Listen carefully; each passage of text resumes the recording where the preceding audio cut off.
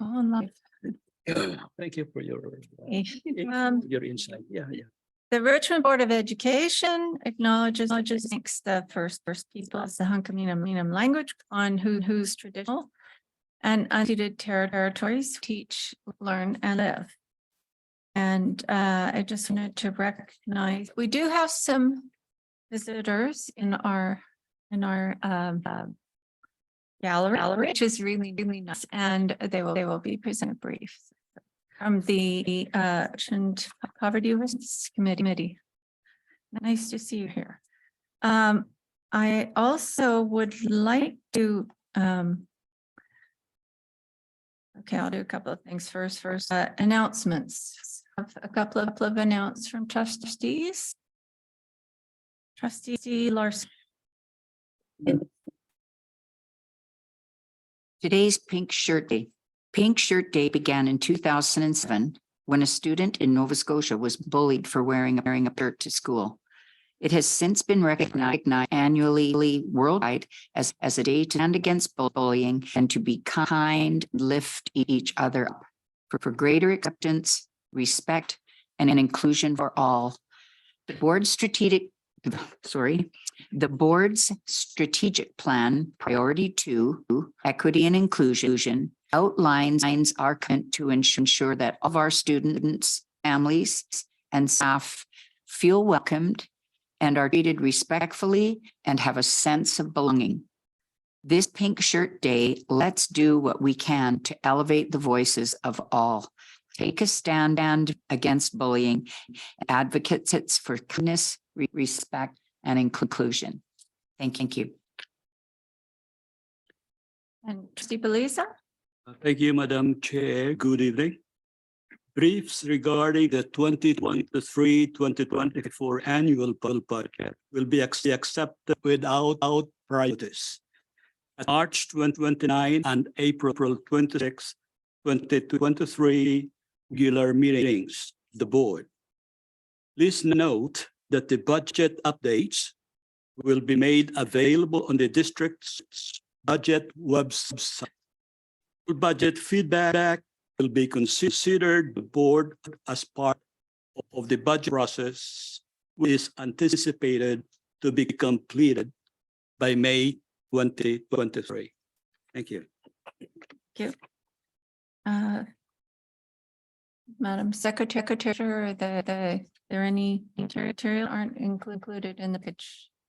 Chairperson, all materials related to the public board meeting has been posted on the district's website and made available to the public. Okay, thank you. And I'm looking to the agenda. In addition, under 11B, we'll add the PCC annual general meeting. And I'm looking for a motion to adopt as amended. Trustee Larson and Trustee Sargent, all those in favor? None opposed. Thank you. It's carried. Great. Now we move to presentations and briefs, and I'd like to introduce some members of the poverty response team. This is Deirdre Whalen and also Hajra Hain, who is also with the bank. So welcome to meet and have a brief to present to us. Thank you.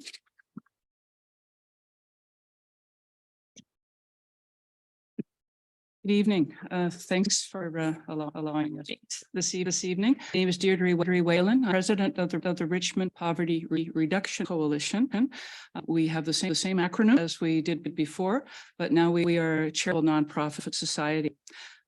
We have at least 11 organizations, local organizations that are nonprofits that are also members of the coalition, as well as individuals that want to alleviate the effects of poverty in Richmond. And so we're pleased to be able to present you tonight. Hajira Hussain is the executive director of the food bank, and Hajira's group, the Richmond Food Bank, is also a member of our coalition. Well, I understand I have 10 minutes between the two of us. That'll be enough time. Fine. Thank you. We want to speak tonight on two things, building a pan-Canadian school meal policy and advocating for a BC Universal School Meals Fund.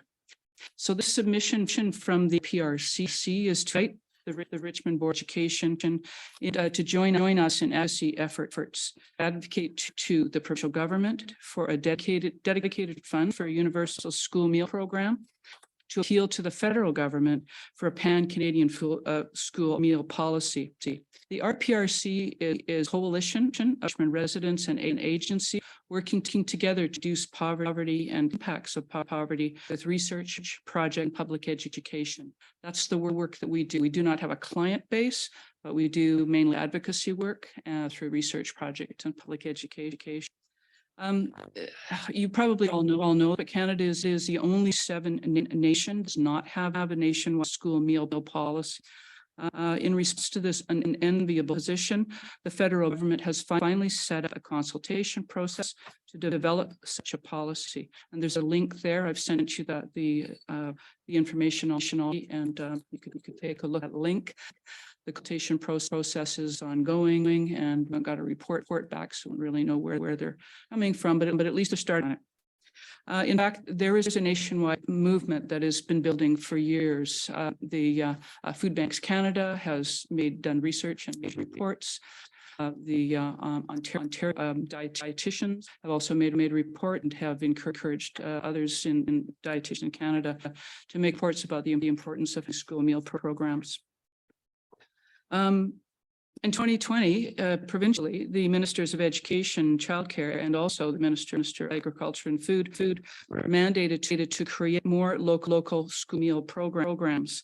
And been approached by the Coalition for Healthy School Food to join them in urging the provincial government to support an adequate and sustained provincial investment in universal healthy school food program BC student, and I also use the website there for the Coalition for Healthy School Food.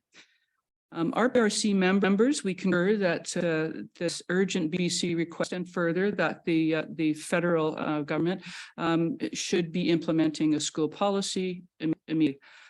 PRC members include 11 non-profit organizations delivering vital services and programs to thousands of low-income Richmond residents.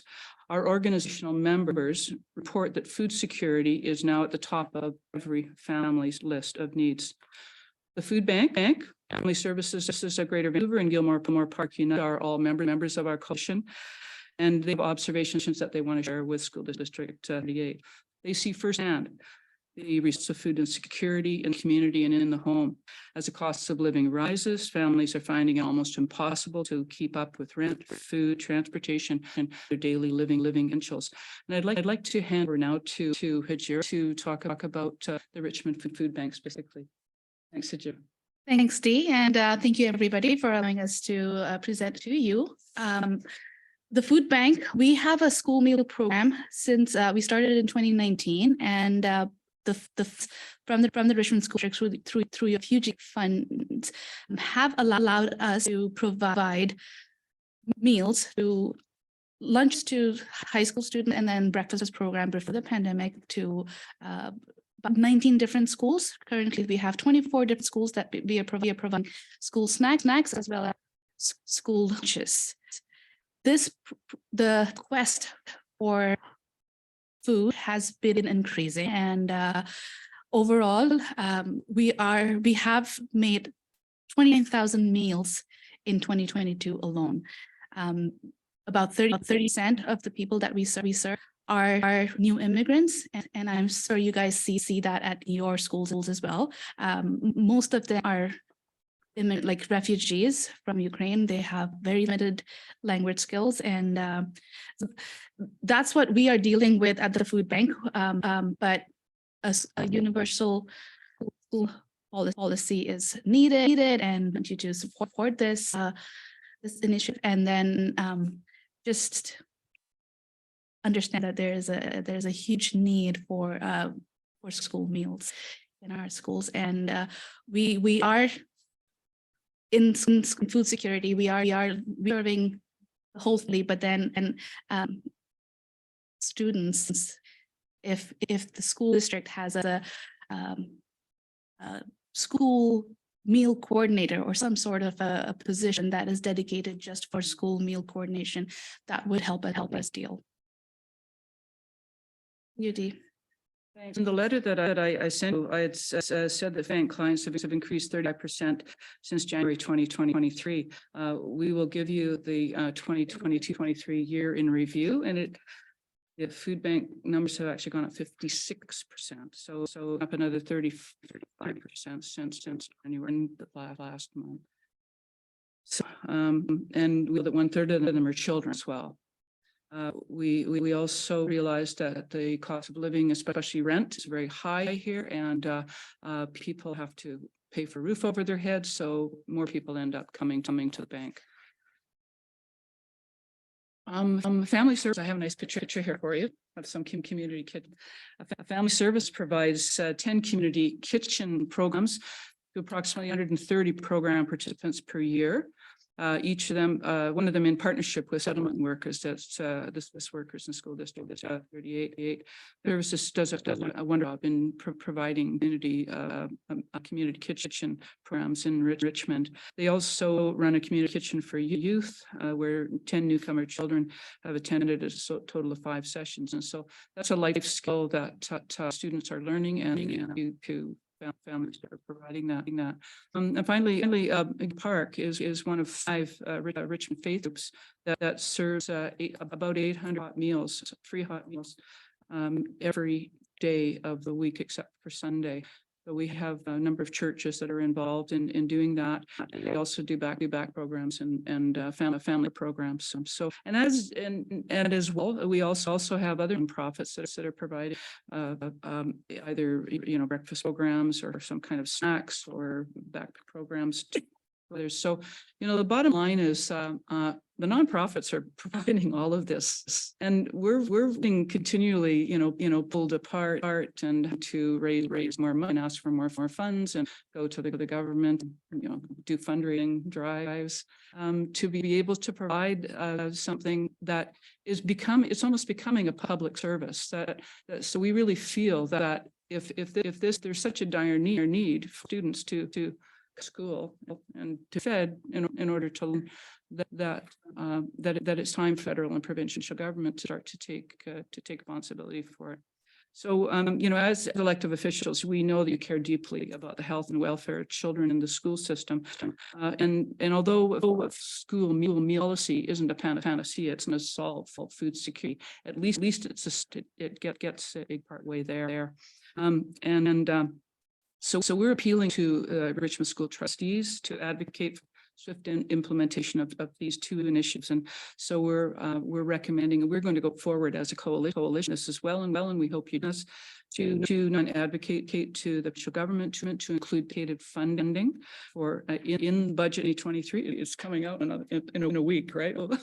So it might be a little late for that, but to keep pushing for dedicated year funding for school meal program in BC.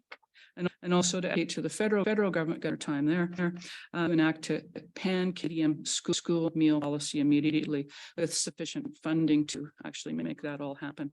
So we're asking you to join us in advocating for the school meal policy, the implementation of universal meals. Thank you. I understand that you don't make the decision now, but you'll take your advisement, and I really appreciate you listening to us tonight.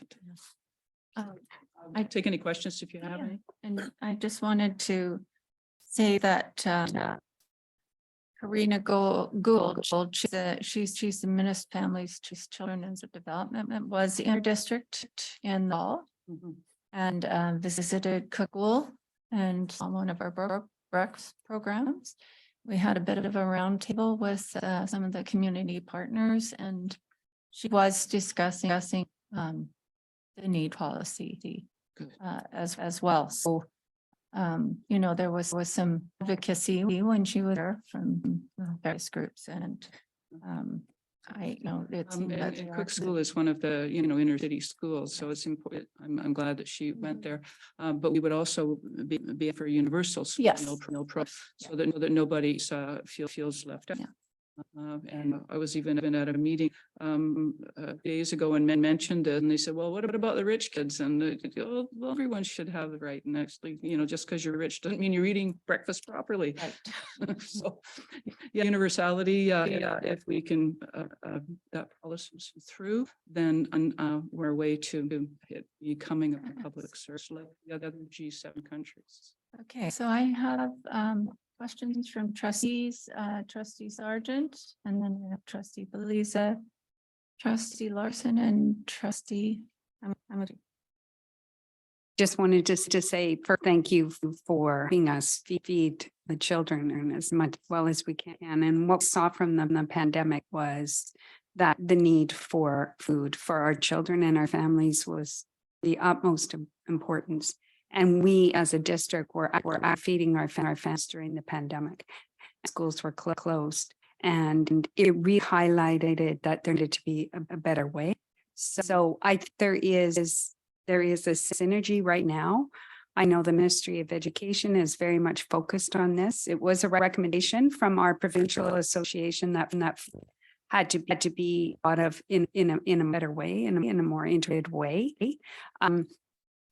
This Richmond board, we're meeting with our MLAs and our MPs within, I think, the next couple of months. And we also, as a provincial association, are talking about this.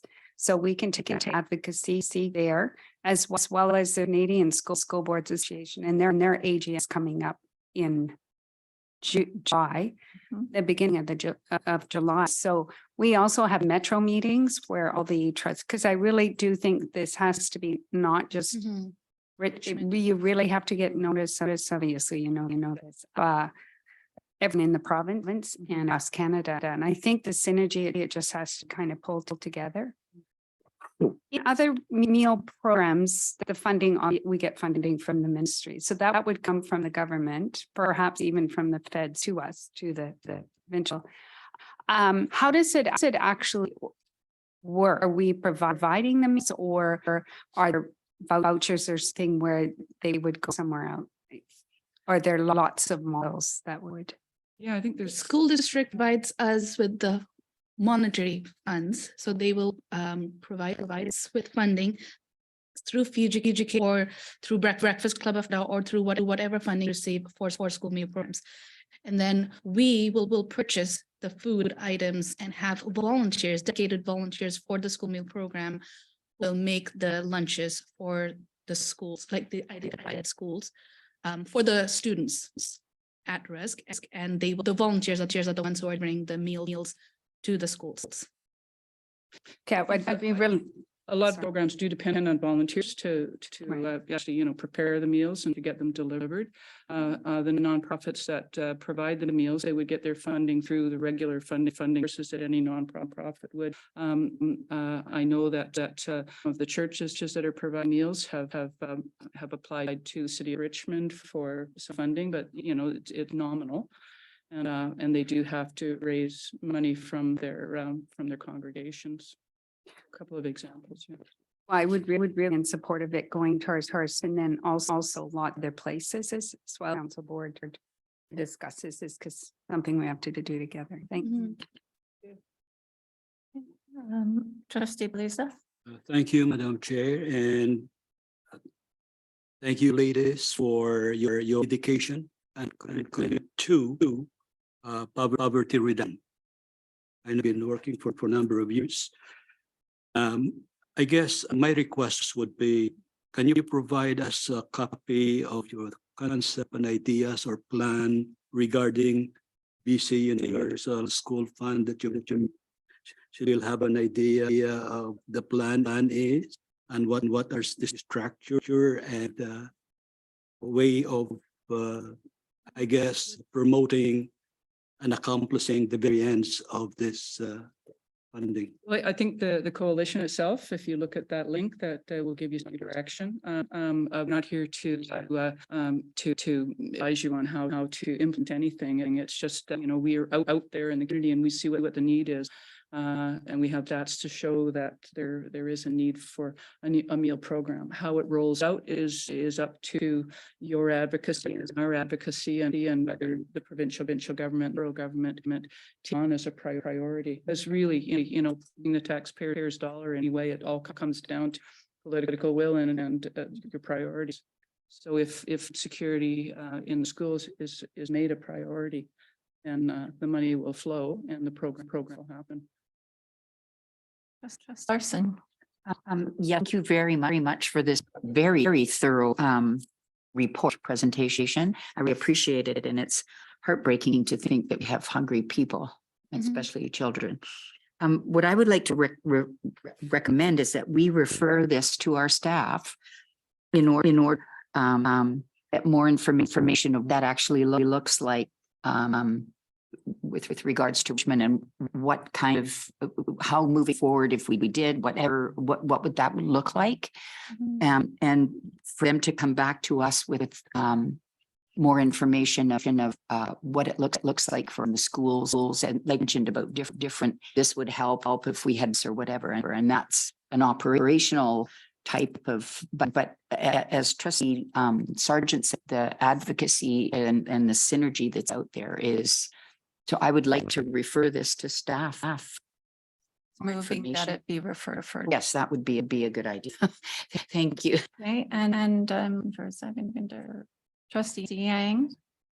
And any discussion? I know Trustee Hamilton, you had your hand up. Yeah, I worked with these two individuals in the past on other projects, and you guys talked to Tom, you walked a lot, and it's great work you do, and more questions kind of an answer. What I was going to say was, if we get this funding through, how will it within the school district but what you just said, you guys just funding and the programs with it, and then I'm assuming that would be the thing.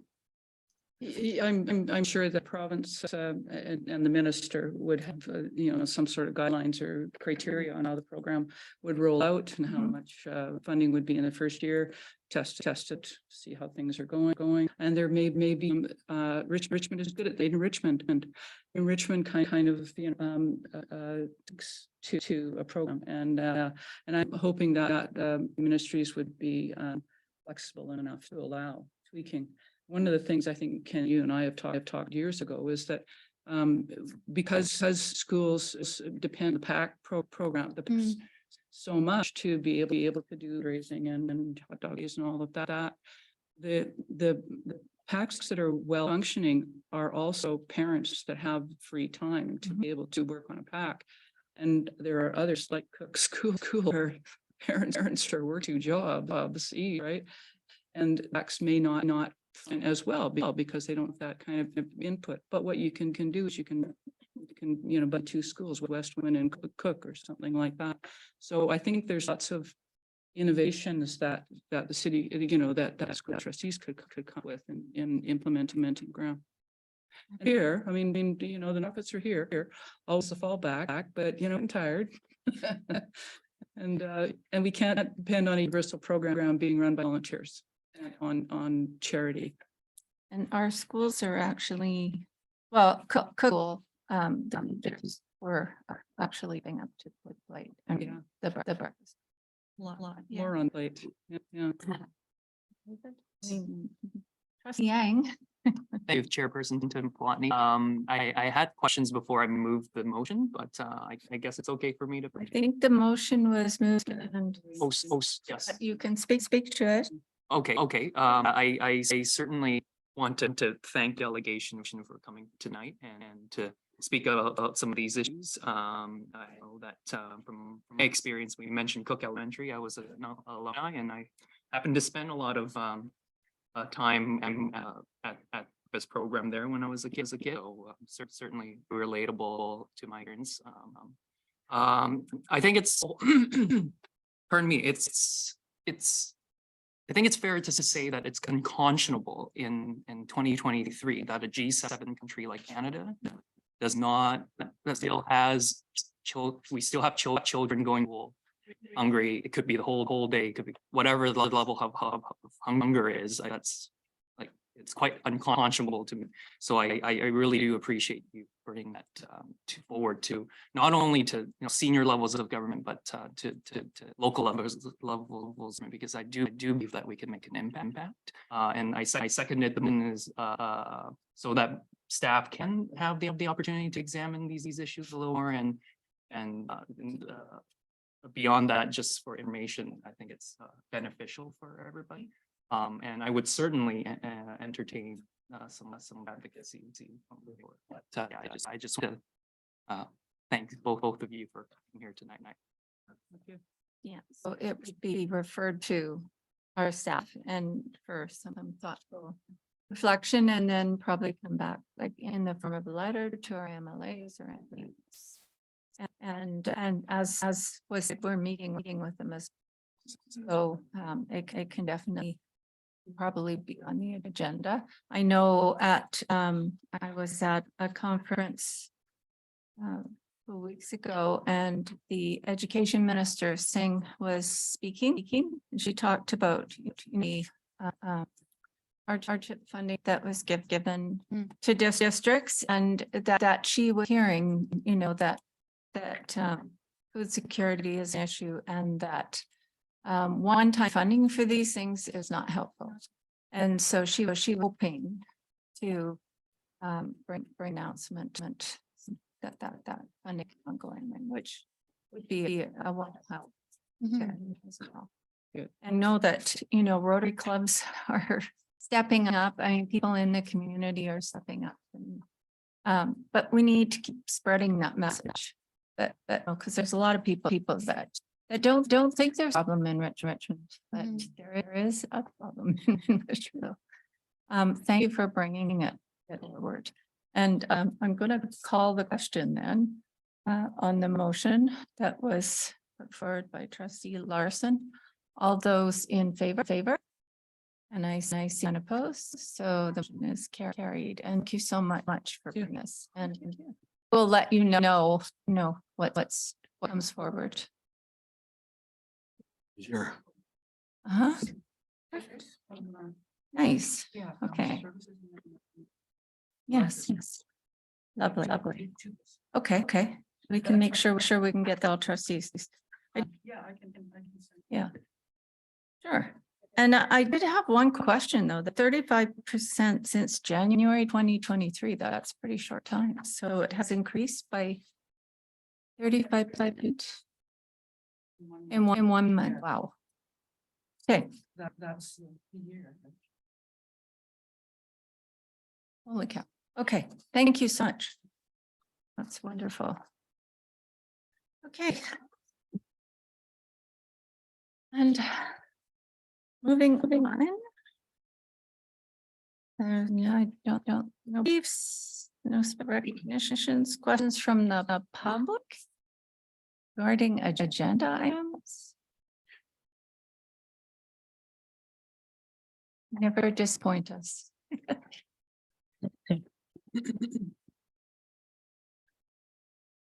Thank you, Spaverstock, President Rand Teachers Association. And am going to flip in package and leave a question for when the presentation is coming forward on the K-12 anti-racism action plan. And that is on page 4. And I recognize that there's no action that's going to be taken on behalf of the board tonight. This is an update. But there are some, when I review this document, there are some concrete actions that it seems that the Ministry of Education is expecting throughout 2022, 2023. When I look at their act plan timelines, anti-racism training for everyone, incident response guidelines and resource guides, curriculum resources. These are all things that are outlined by the ministry. actually necessarily where these are and what is actually, and that'd be one question, is that going to be on every district in terms of responsibility to create those opportunities, to create those resources, to create the incident response guides? Because if so, it's a very short timeline when you get this action plan. The other thing, so that's one question, like, where does that responsibility lie and how is that going to be actioned within what we'd consider to be a school year?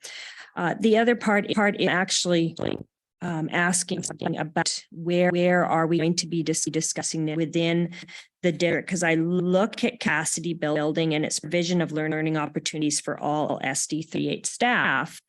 And I'm looking at, are we going to be discussing this in some natural place? Could be the Diversity, Equity and Inclusion Committee, but it also could be in our collective agreement committees, which is the Educational Implementation Committee, because this really actually also fits within that realm because it's where teachers, administrators, senior leaders meet, and we actually discuss support curriculum and educational change, making sure that there's clarity on change or on continued action.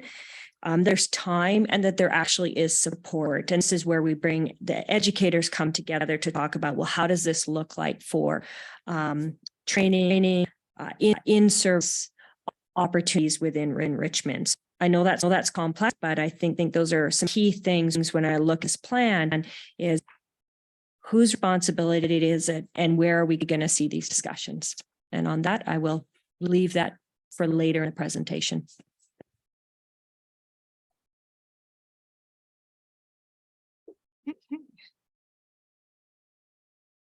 There are no questions coming through the email. So we shall move on to the executive reports. Superintendent Robinson. Great. Thank you very much, Chairperson. So it was lots of great things happening around the school district this last month. Starting with celebrating Black History Month. So February is Black History Month, and our district has been celebrating this, highlighting the many accomplishments and achievements Canadians in schools across our district. For an example, Richmond Secondary's Library Learning Commons created a display of books that showcases the history of Black communities in Canada, works of contemporary Black Canadian authors, and an interactive display where visitors could scan QR codes to learn about influential Black Canadians. At William Bridge, students created a mural that presents how words of the past are still present today. Meanwhile, at Roberts in the Library and Commons, there was also creation of an interactive display with QR codes that raise awareness and honor Black history and educate the community about the achievement Black artists, athletes, thinkers, writers, and leaders. So overall, across the district, schools are very actively engaging in celebrating and educating their community about the achievements and struggles of Black Canadians throughout history and encouraging everyone to learn about and appreciate the diversity of our community. Connecting case, students at Cook Elementary have created a beautiful river landscape inspired by the story Martin and the River by John Eric Lapano. The illustrations in the book, with their vibrant colors, spark the students' imaginations and encourage a deep connection to the main character, Martin, and his connection to the local river. During the projects, the students had their own connections to bodies of water in the community, such as Garden City Park, Dyke, and Terrano Park.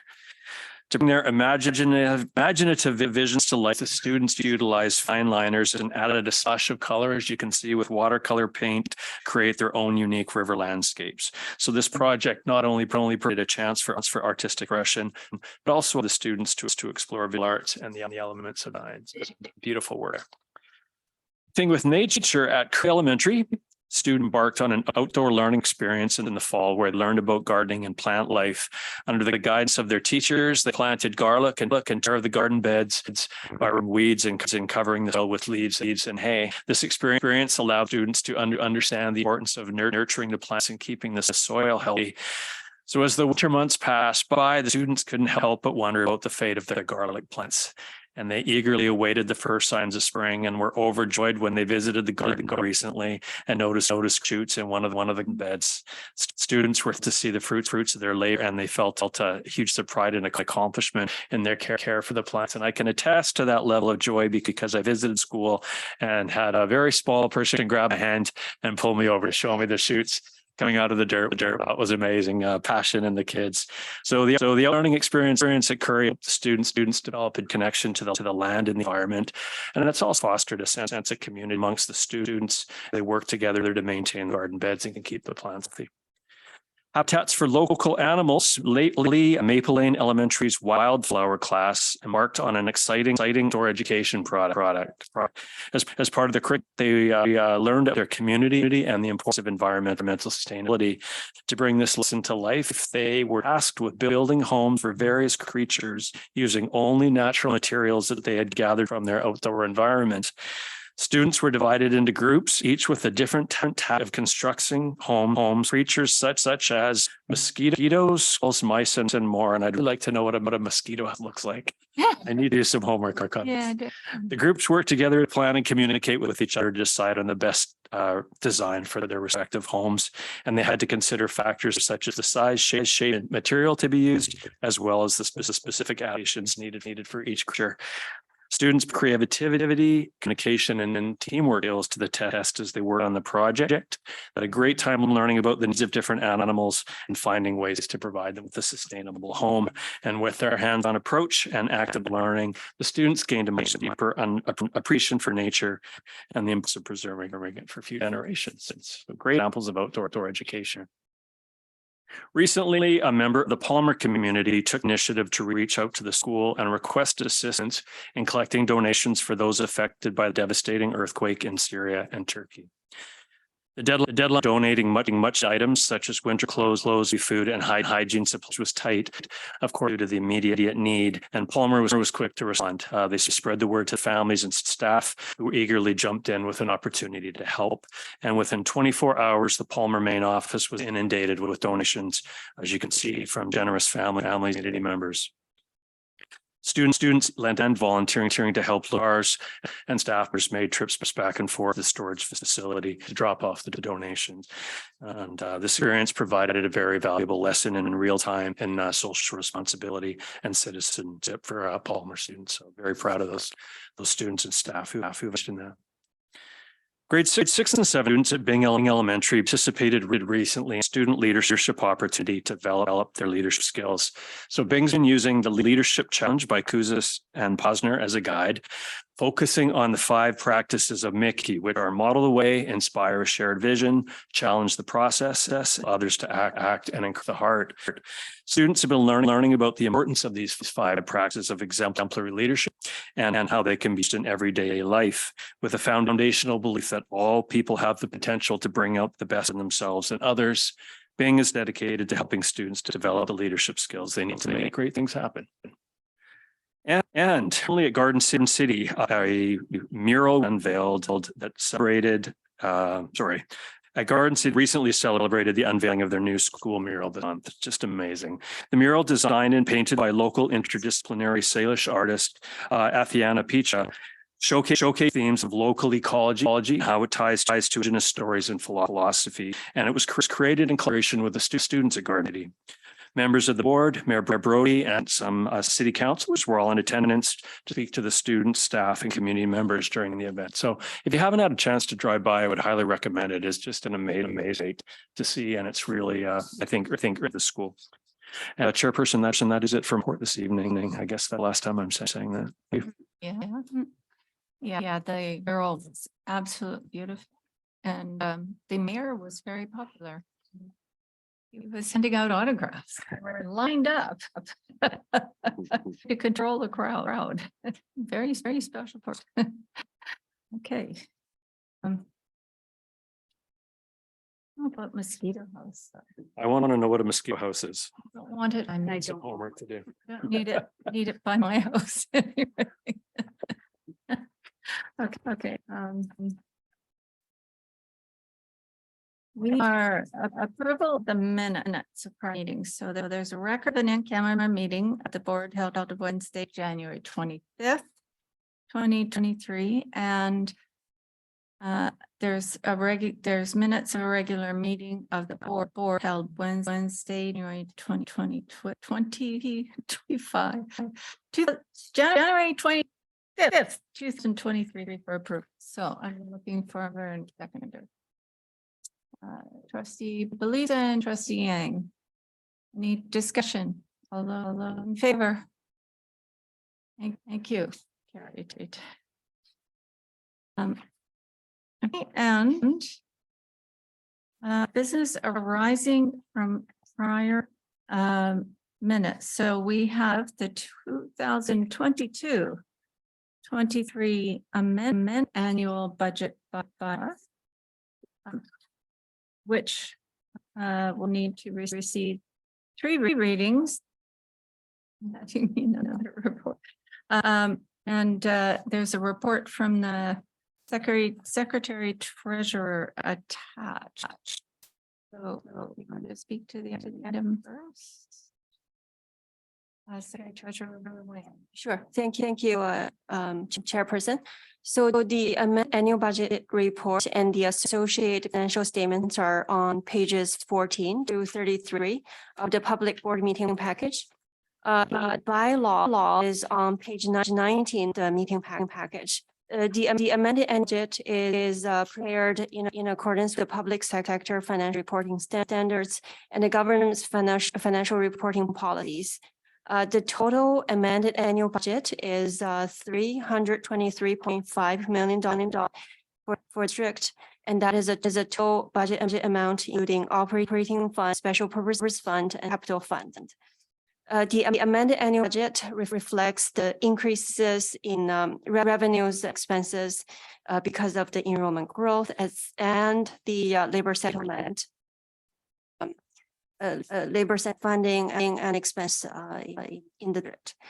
So staff recommend that the board approve annual budget by law by way of 3 readings, and also authorize the chairperson, the superintendent, and secretary treasurer to sign the amended annual budget by law and submit the ministry by February 28th, 23. So that's the report. Okay, so the Secretary Treasurer has stated the motion, and I have a mover and a seconder. Trustee Belisa and Trustee Larson. Are there any question or discussion? Okay, I'll call the question. All those in favor? Opposed? None. The motion is carried. Okay, so now I'm going to need to have trustees' unanimous agreement that the 3 readings of the 2023 amended annual budget law take place, all 3 weeks in this meeting. Everybody okay with that? I get the thumbs up from everyone? Okay. So I will read the first one in full, so bear with.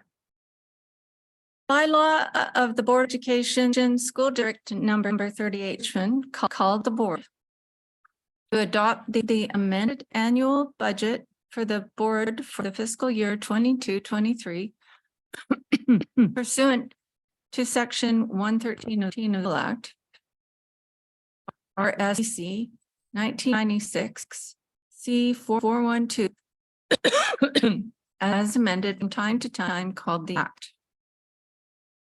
Board has complied with provisions of the Act respecting the amended annual budget adopted by this bylaw.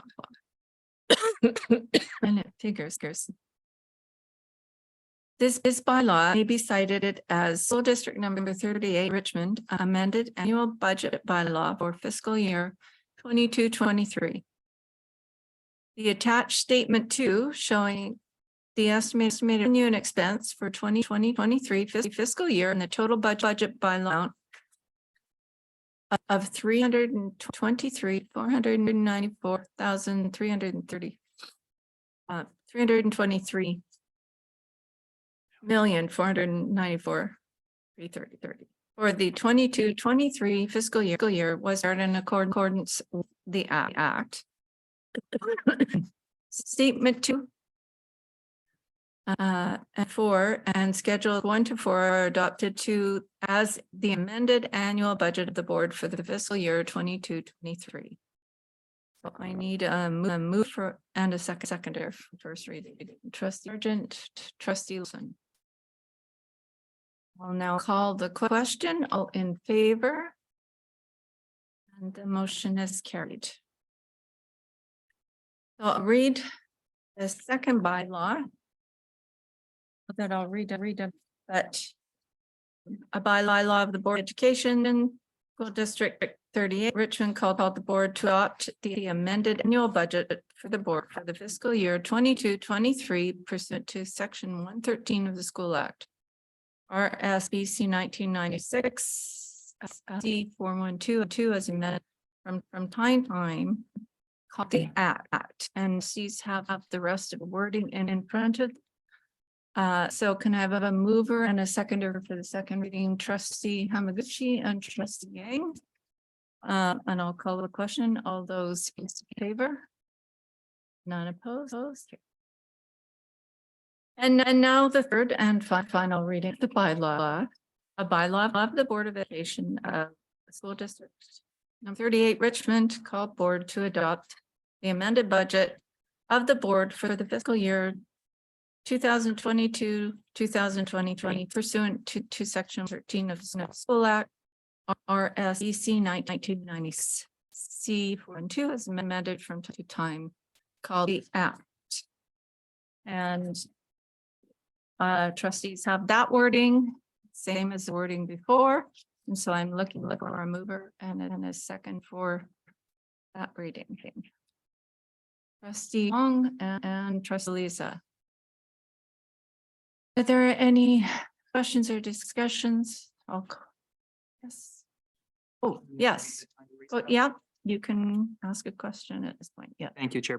I'm so just a question for Schedule 2C.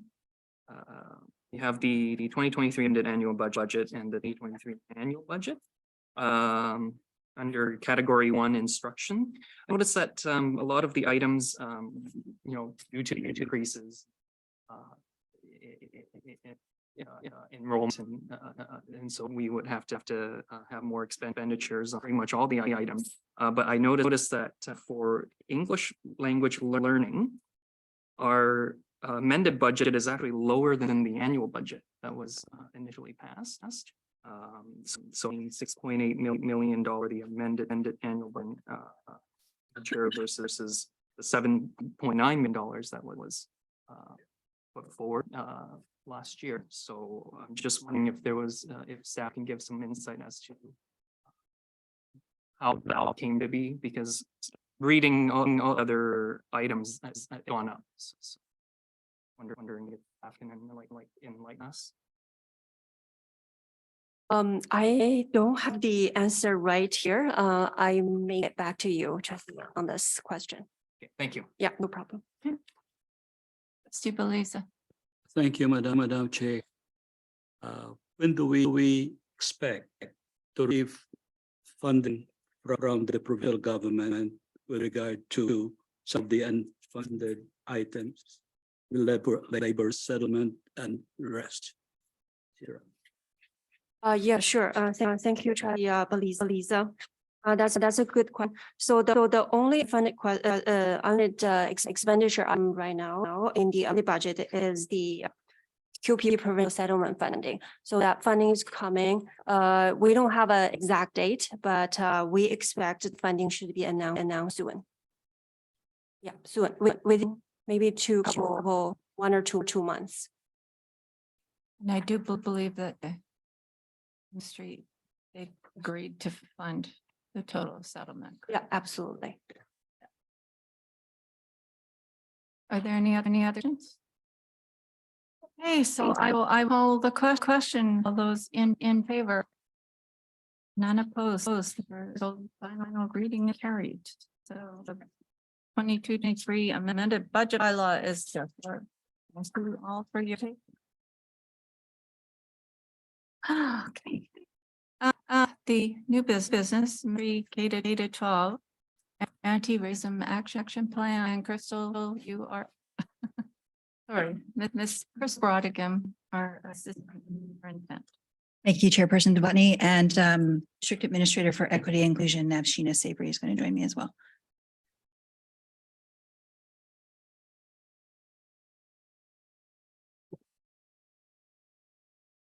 So this report is on page 34 of your package. And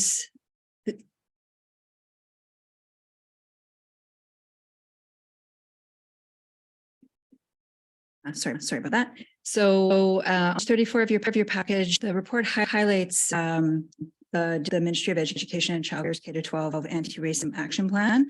And this report serves to highlight the actions that are being undertaken in our district as part of the board strategic plan, and then the date for the diversity and inclusion and advisory.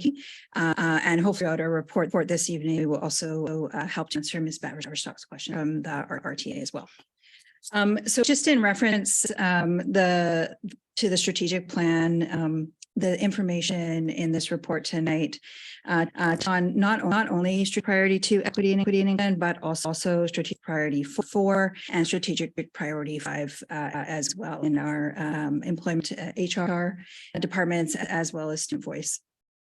So this action plan was released by the ministry on January 23rd, so quite recently. And the action plan is to empower students and educators to identify and take action against racism and discrimination in British Columbia schools, support the work of school districts to create school communities that feel welcoming and supportive of people of all backgrounds.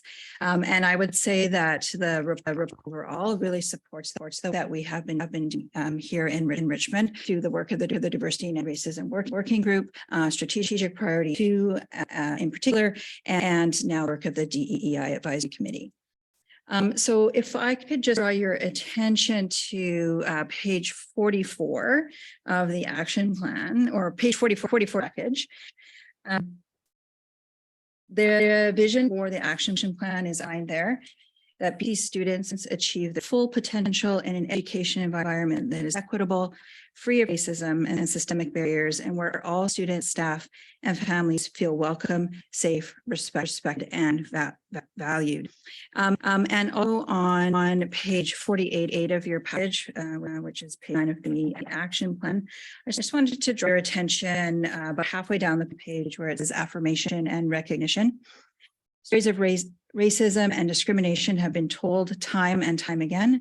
Moving forward, this strategy acknowledges the experiences without requiring those impacted to retell their stories and prove harm that has been occurred and continues to occur.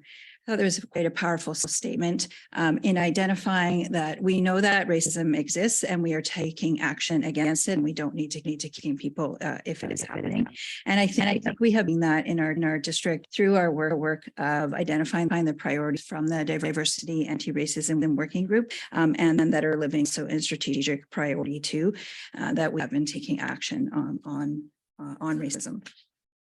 If I could also draw your attention to page 47. There's a diagram of the framework for the Anti-Racism Action Plan, and you can see the 6 pillars of the framework. And in the report, we highlighted the key points of each of those pillars, and then some examples of practice we are already underway with in our school district. And then we'll talk a little bit about how the work of the ministry is going to support our work going forward.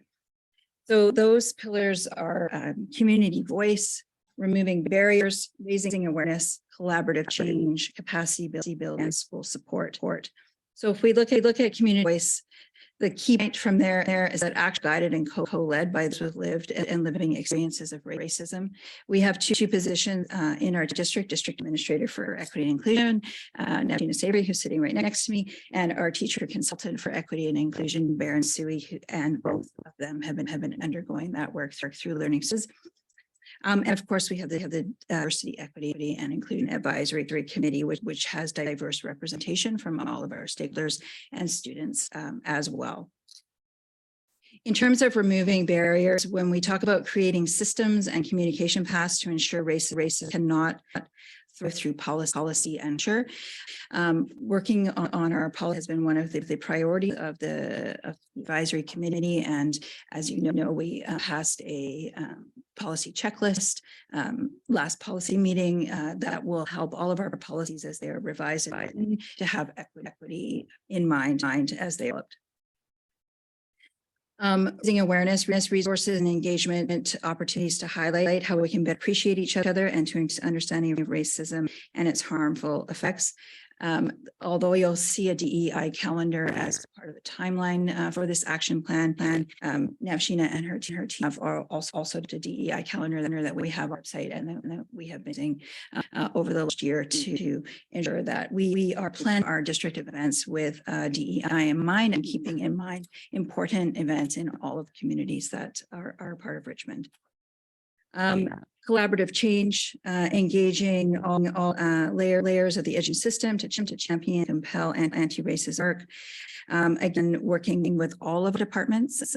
We have our education side of our organization as well, but also our business departments and helping to support everyone along their DEI journey of learning. And just go back to raising awareness. We have additional opportunities off to all of our staff, and those have been offered throughout the course of the last 2 years.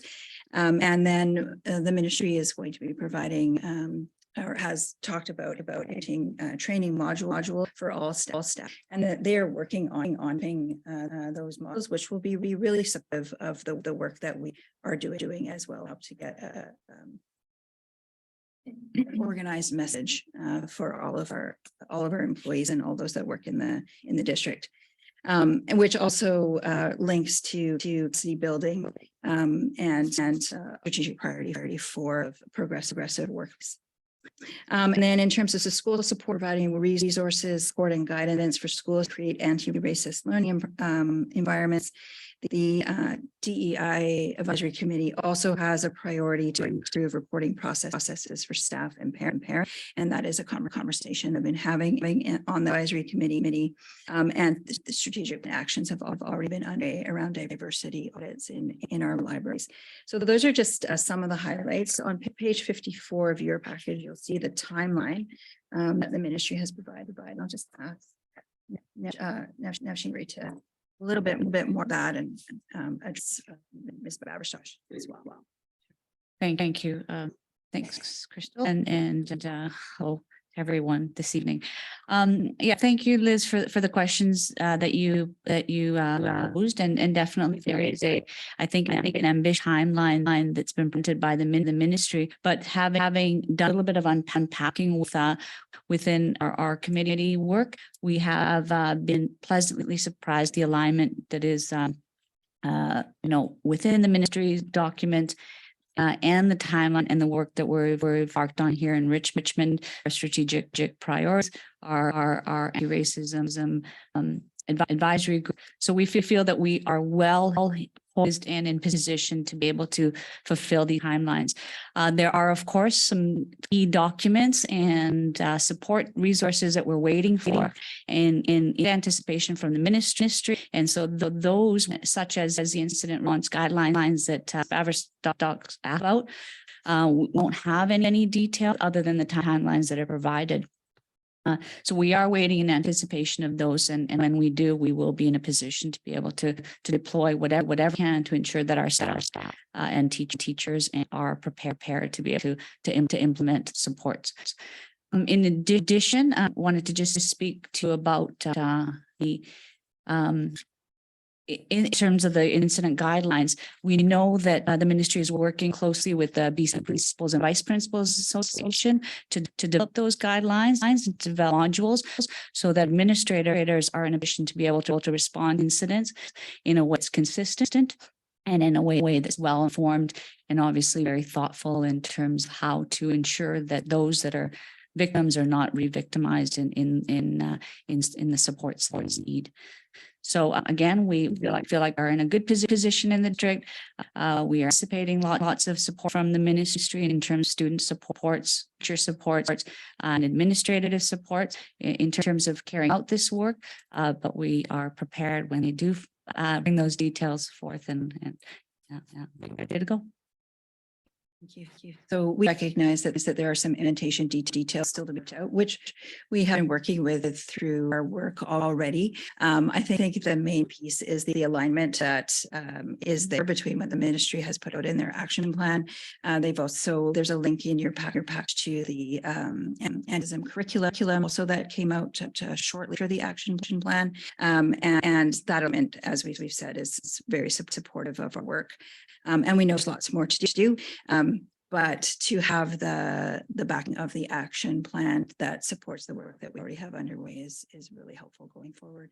So we are happy to take questions that you have. Trustees have questions. Trustee Sargent. Thank you very much. And I think Ms. Baverstock raised some really good questions, some of which I had. And I think we're going down that path, but certainly from our scan, we have a lot more to do. And I really appreciate that we have structures in place to there, but we're not there, obviously. But it's exciting to see there is alignment. And I'm wondering, I look at the timeline and it's very, I don't know, paper focused. Calendar focus, but in each one of them, I look at one, he raises training for everyone. Well, it's not really training in my understanding. It's being part of having discussions with, meeting with and learning together. So I'm sure they don't mean it's a line or everybody will get annual or get resources. So I guess I'd be looking for ways that Richmond is going to make it real and make it right. And then I think, unfortunately, that there is funding needed. And so I think, not unfortunately, but it is a good work, but that needs to be supported with resources, which is money, not just annual.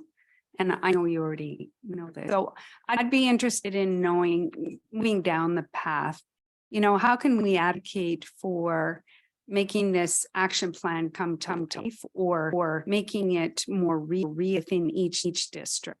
And I know other districts will be talking about too. So I don't want to make it up money, but I do think we already have TC shortages. So how are people going to come together and take a manual or take resources and really, to have those deep discussions?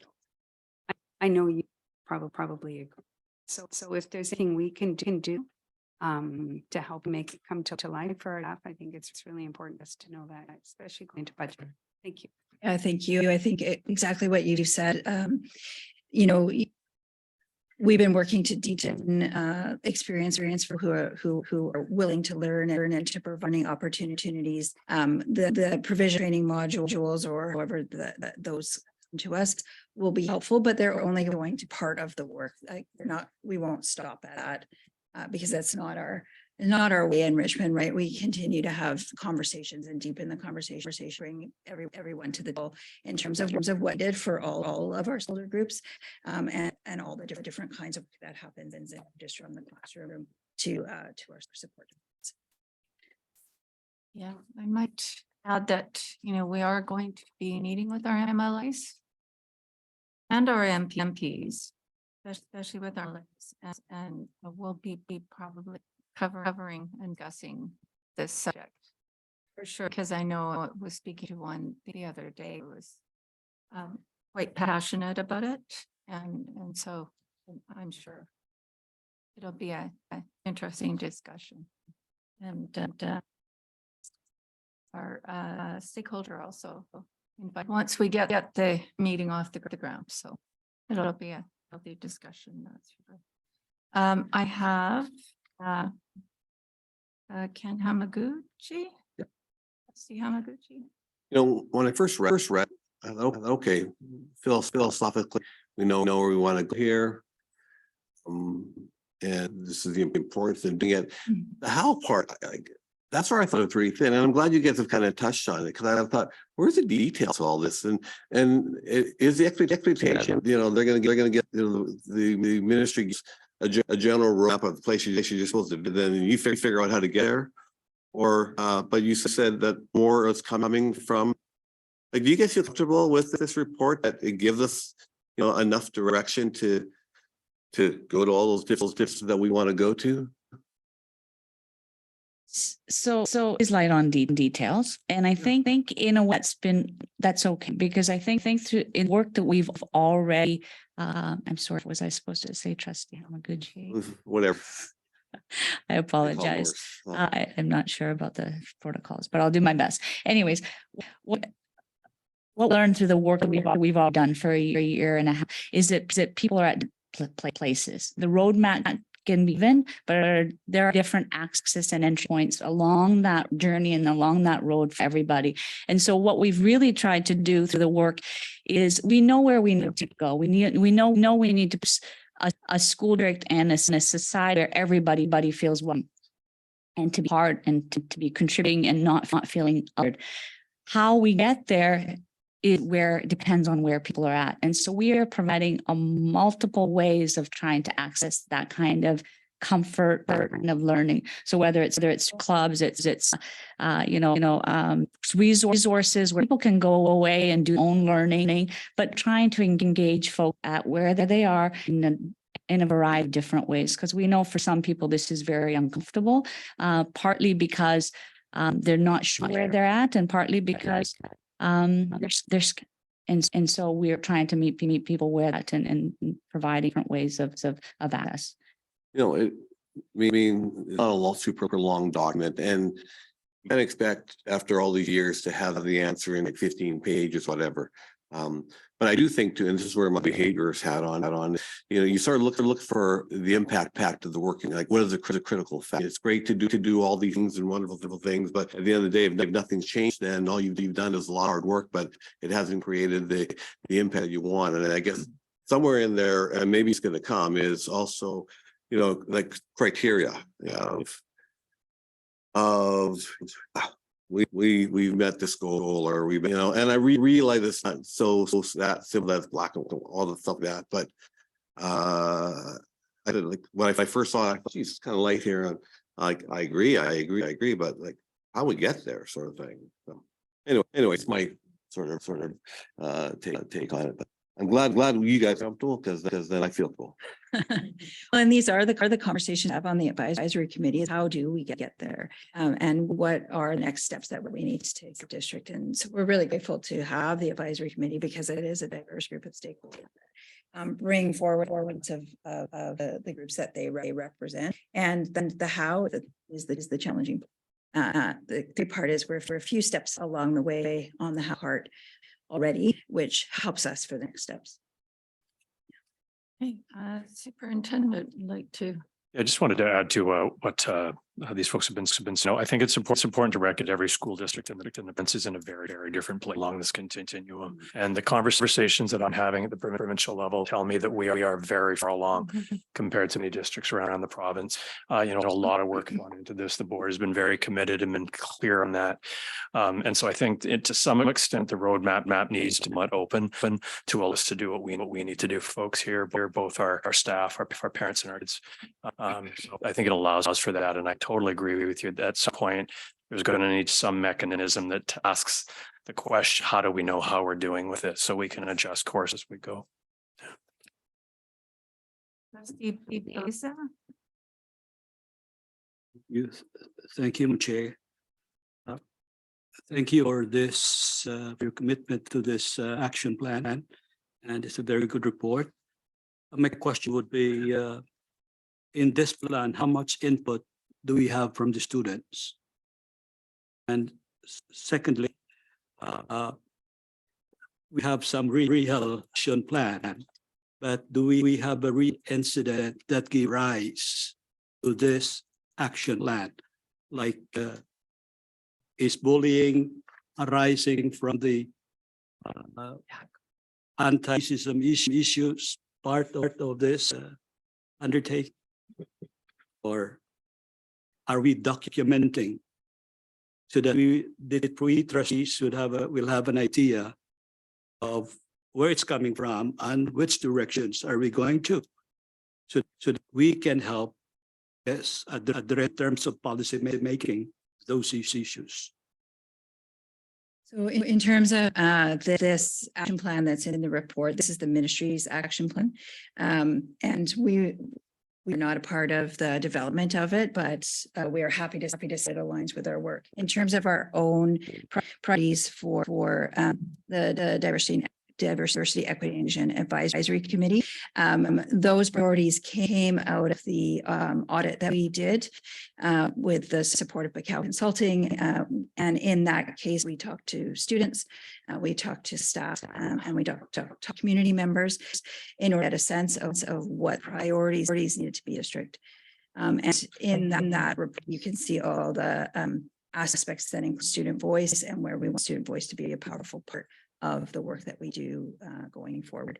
Particularly, one of the pieces we've been working on recently is how to make it safer when you have such a report, an incident of a bullying example, so that when you come forward, that process is safe for the person who is making the report, and they feel like they have a sense of knowing what is going to happen, and that they're being listened to carefully, and that they are cared for through that process.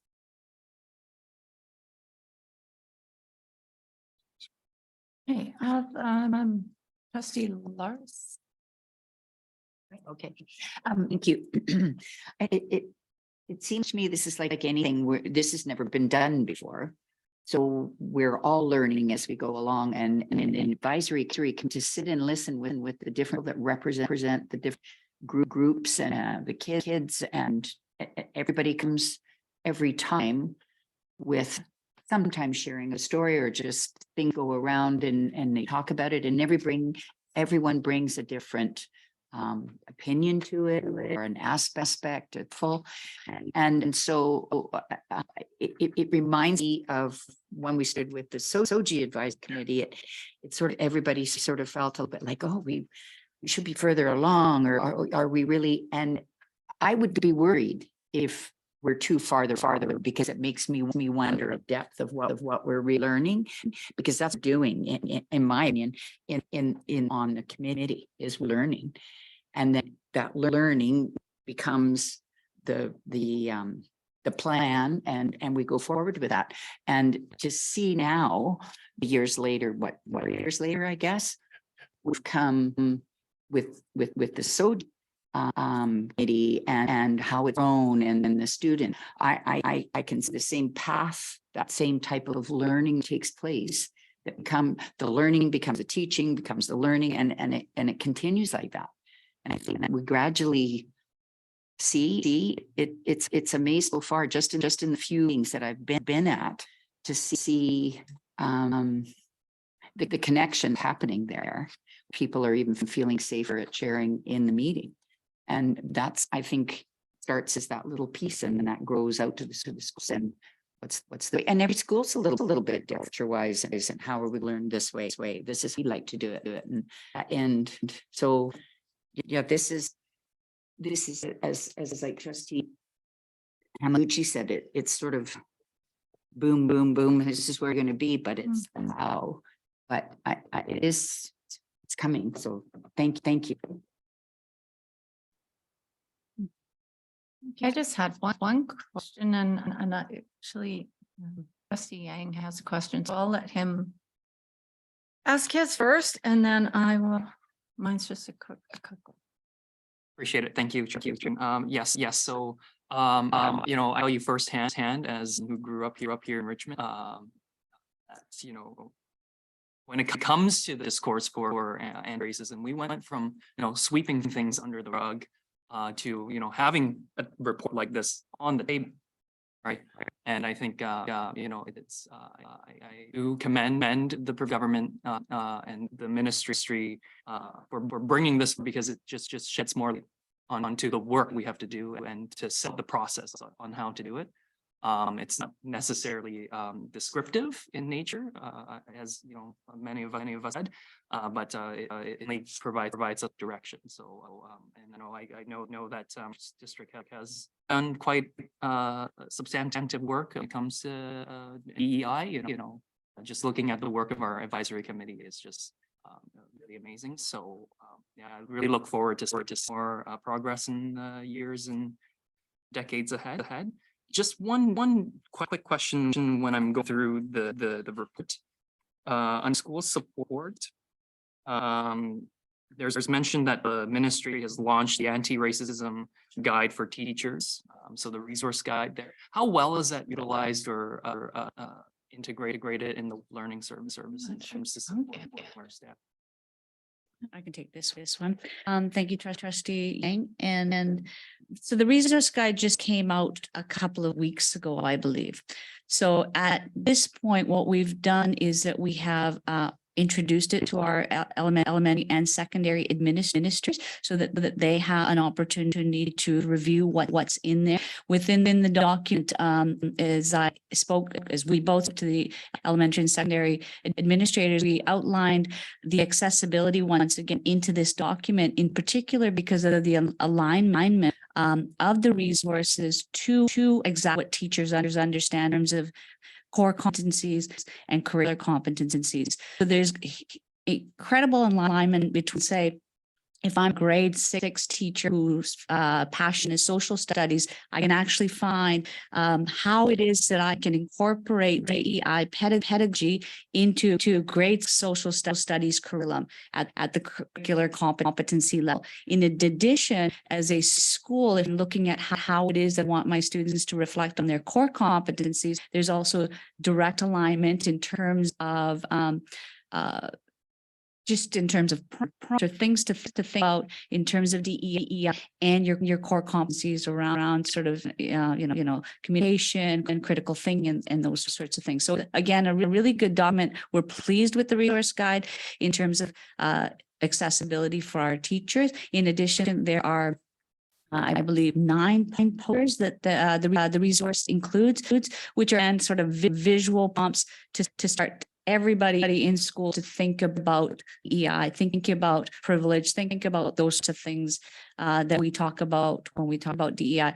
So these are going to be packaged and sent to each of our schools prior to spring break, so that's another plate that guide away to within the schools and within walls of the schools and students especially. That's fantastic. And, assuming that once those documents and resources get to the ground, then any questions that arises from that, then learning services and are Absolutely to assist. Yeah, absolutely. The learning service consults, that's their work. They will there to be able to support further sort of engagement within those sources. Thank you, and keep up the great.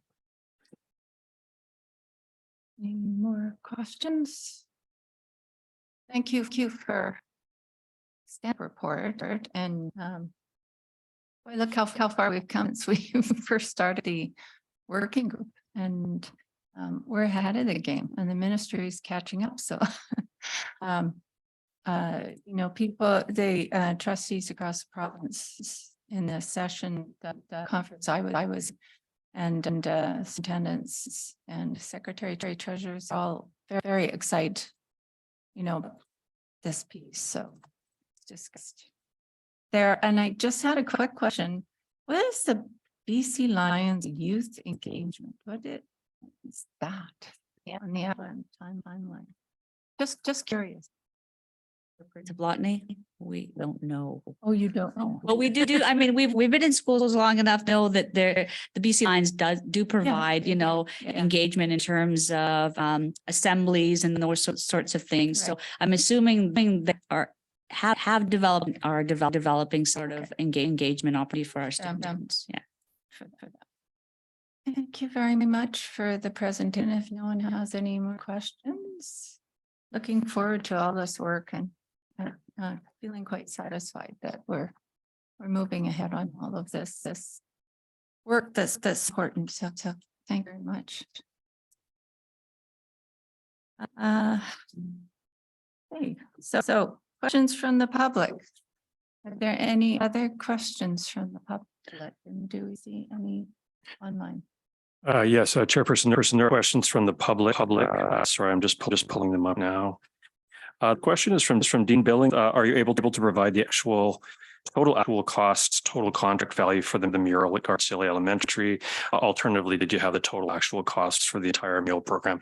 I don't have that in front of me. We'd certainly be happy to find that and provide it to Mr. Billings and see the board as well. Well, I believe was funded to city, what was it? So I know there's a city grant that was part of it. What I'm not 100% clear on whether there were any district costs associated with it. So I will find that out. And as I say, we'll be happy to respond to Mr. Billings and let the board know that. My understanding is it's primarily for a city grant. And then the second question relates to our anti-racism grant. Okay.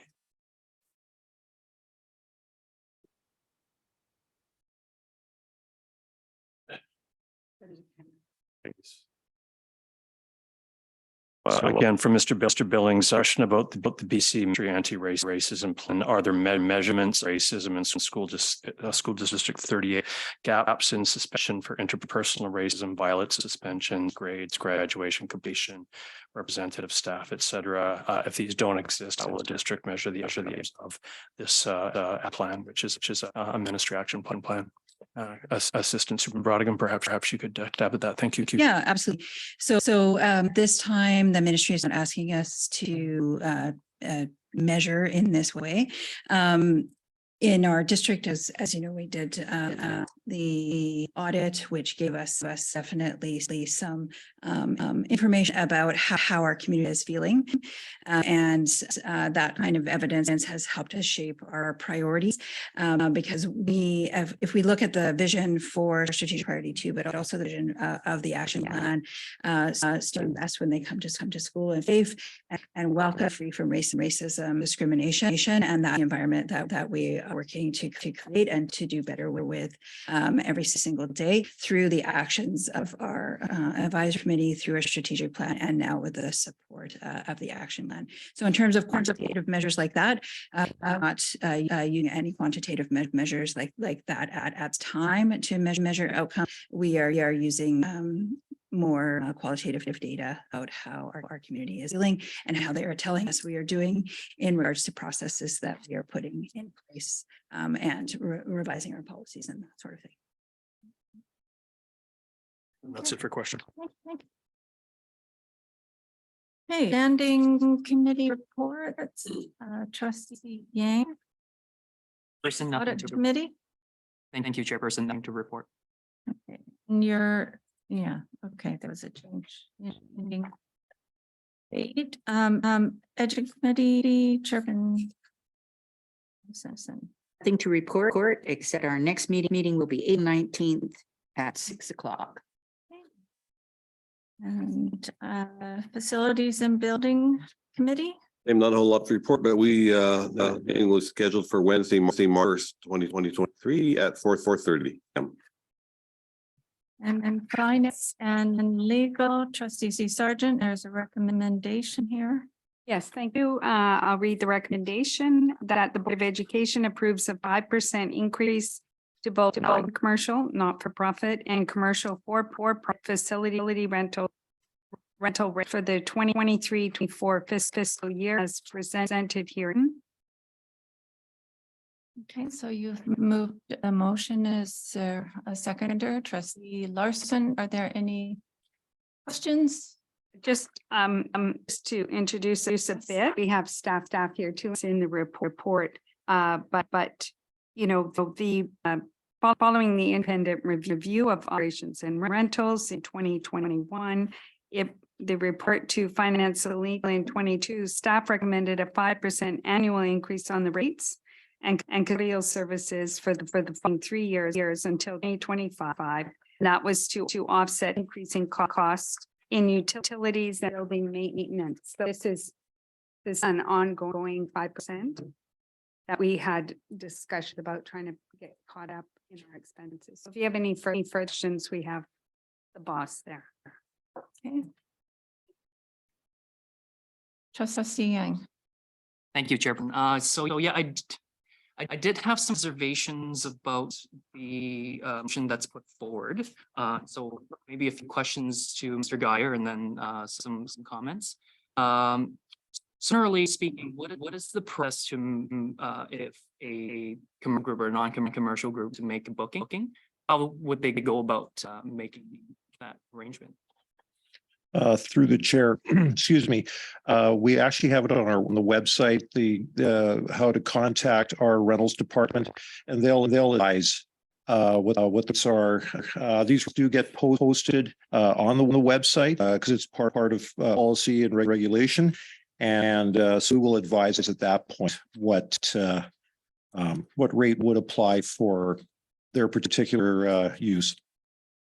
Okay, perfect. And based on the report that's in front of us, can you inform us which category of the facility is most used? I know we talked about classrooms, gyms. Sure. Which ones are the most used? Again, through the chair, the majority of the use that we get would be through gymnasiums. You get some bookings, booking requests or multi-purpose, but not that many. And a lot of these maybe have happened once or twice. I'm looking at our former rentals clerk back there in case she could help me on this. But no, gymnasiums are much the seller when it's to these requests. And proportionally, how many of our facility users are commercial versus non-commercial? Like, is there a bigger condition? It's a mixed bag, but the majority are non-commercial. Should be it's a lot of these are through so a lot of these would be like sports clubs, scout troops, nonprofits, that sort of thing. We don't get very many commercial. The only I mean, when it comes to commercial, we've got movie shoots. That's what kind of stands out. We do get quite a bit. We have a set rate of that as well. So not really that much commercial. Most of it is non. That's good to know. Thank you. I have a couple more questions just on issues on cost. So I'm reading the comparison chart that was part of the report. There were two figures, total average all districts versus below average high low. So what's the difference between those two? I don't have it in front of me, but I may have to look over your what you've got.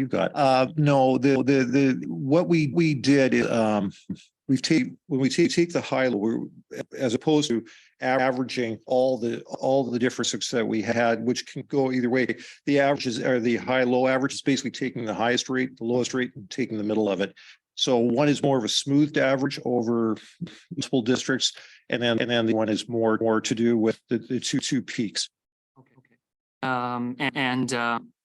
Speaking of increases, have we made increases consistent in the past?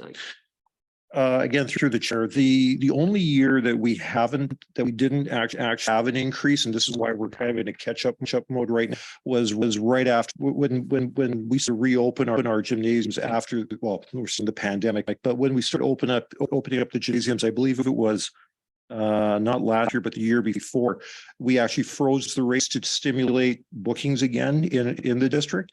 And subsequent to that, we had the independent review. They said it seemed like a good idea at the time to stimulate, but it pushed you further behind where should be in the way of a break even.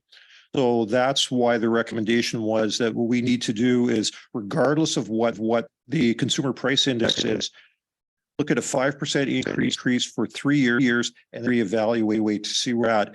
And it turns out when the board passed the recommendation to look at a 3-year rate for the bookings, it turns out that the CP for this last year was 5%. So we're not far off, but we still have some catching up to do when it comes to we're close to we're not quite in a break even on the casual rentals.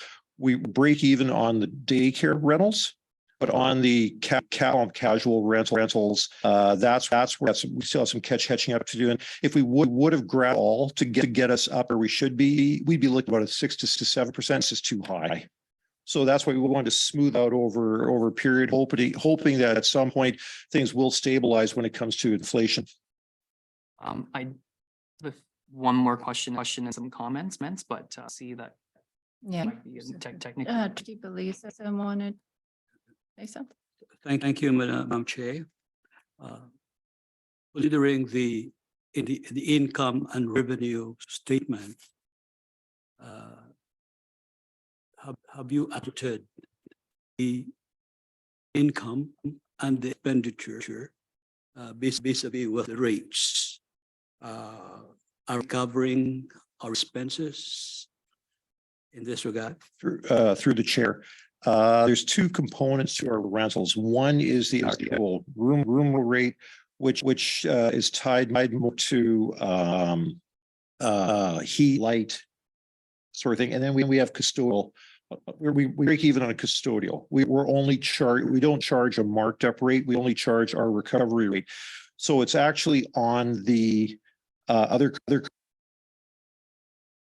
And that's as we took that 1 year and strategic said, we're going to freeze the rates. And really what we should have done, we should have increased it by maybe 3 or 4%. But this was a way for us to say to the public, to the different groups that were renting prior to the pandemic, hey, we're open for business back, knowing full that we're going to quite recover, but we're going to get there. So it was a strategic move on our part. We're not that far behind. Let's put it that way. We do recover the custodial costs 100%, and we are recovering our costs for the daycare rentals. It's the other piece that it's close, but quite there yet. If we are having a shortfall of the estimated income, where will it gonna be taken from? Through the chair, it would be the facilities budget. Thank you. Yeah. Trustee Yang, if you've got another couple of questions, need to move on. Okay, well, I think, Mr. You've already mentioned this briefly, but we're not currently breaking even in terms of our. Through the chair, we're not quite breaking even on the gym rentals and the rooms, but we're breaking even on the child care, which are more like a license to occupy. So we're not quite there. But I truly believe that by the time we get together next year at this time, we're going to be there with by taking the strategic approach of percent per year for 3 years, because we were actually at one, we were looking at maybe 0.5% a year or 3%. But we fell behind. We had that independent review. Now we're looking at how do we catch up without grabbing the whole works in one shot and losing our, losing the community, for lack of a better. And that was the point. Was we were behind and we had to do the catch up. Yep. And then don't want to be in that place again. So that's why these proposed rate hikes were made. Okay. If there's no more comments or questions, I'm going to call the question. All those in favor of the recommendation? Yeah. Sorry, I didn't, did we miss the? Yes, you Oh, did. okay. I moved. Can I just finish off with some comments? Okay. Okay, I'll keep it quick, but the reason why reservations about motion is because I know accessibility to school facilities for community groups and non-commercial groups. It's very important to the community, and just reviewing the cost increases. I mean, looking at, for example, gymnasium for LE school, it's a $2 inch. But, for nonprofits, for folk are, doing grassroots work on the ground, it adds up quite substantially over time and, over a number of hours, right? So, and a cost is a really big deterrent here. As we come out of the pandemic, as nonprofits that start to pick it up again and doing all the wonderful things that they're doing, I think that's certainly a consideration that's top of mind for them. And, you know, just hearing from community groups, I know that affordable space is always an issue. Whether looking at communities or school facilities or, you know, other for profit venues, that issue has always been there.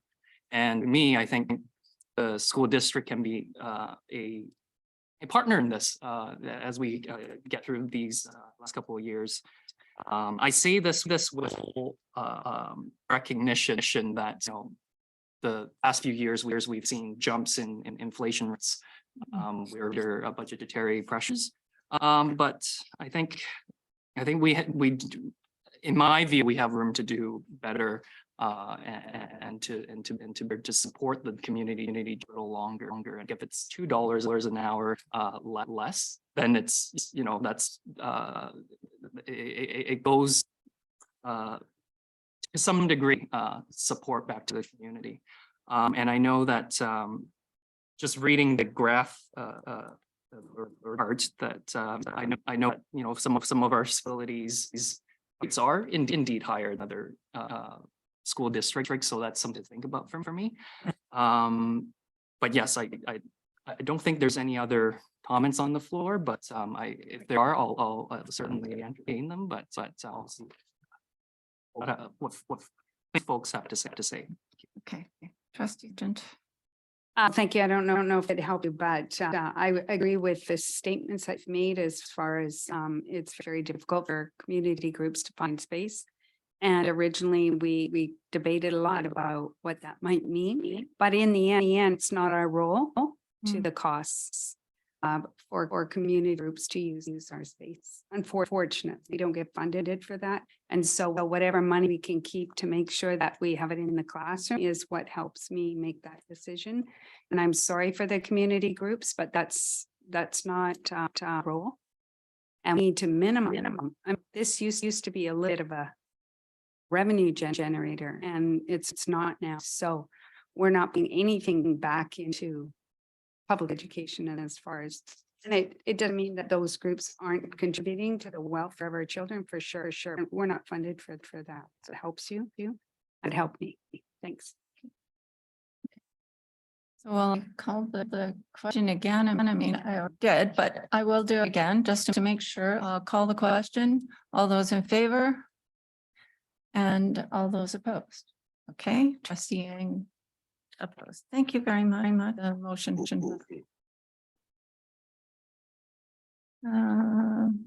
Okay. And yeah, your next meeting is April 19th at 10 a.m. Policy committee, and you'll have to bear with me. There's a few agenda here. There's a recommendation for policy 201, board operations. The recommendation is that the Board of Education approve the attached proposed revisions to policy 201 and to bylaw board operations for entry into the stakeholder review process from February 23rd to April 28th. 2023, and revisions to bylaw originated from discussions among trustees at our policy committees, just pertaining to our established meeting structures and in the district. And it was pointed out that our current practice is not, aligned with what we were actually doing and of our meeting structure. So, December public meeting policy committee, there was discussion about a number of aspects of the policy, and it was agreed that staff would begin to revise the policy and report back. And there were enough areas that the policy and bylaw that were proposed for revision, actually a fair number of them. And I think it's all in the report, but so there was discussion at the October meeting, the December, January, February, and now it is sitting here before trustees to up it to the entry into this review process. And hopefully, we're looking forward to approving it by June so that we're actually in alignment with our practices board operations. So I'm moving motion. Is there trustee? Is there any discussion on 201?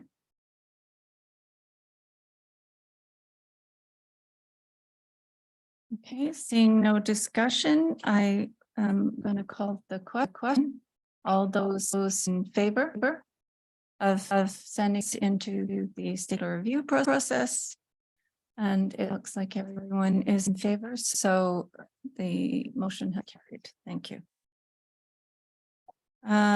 Also before you is a notice of about our enterprise risk management policy that has been developed after our enterprise risk management audit that we had done, and realized that we should have a policy, and I believe the Ministry of Education is actually requiring us to have one.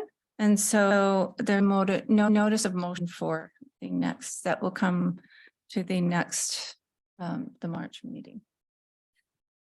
And recommendation, and just trying to it. One sec.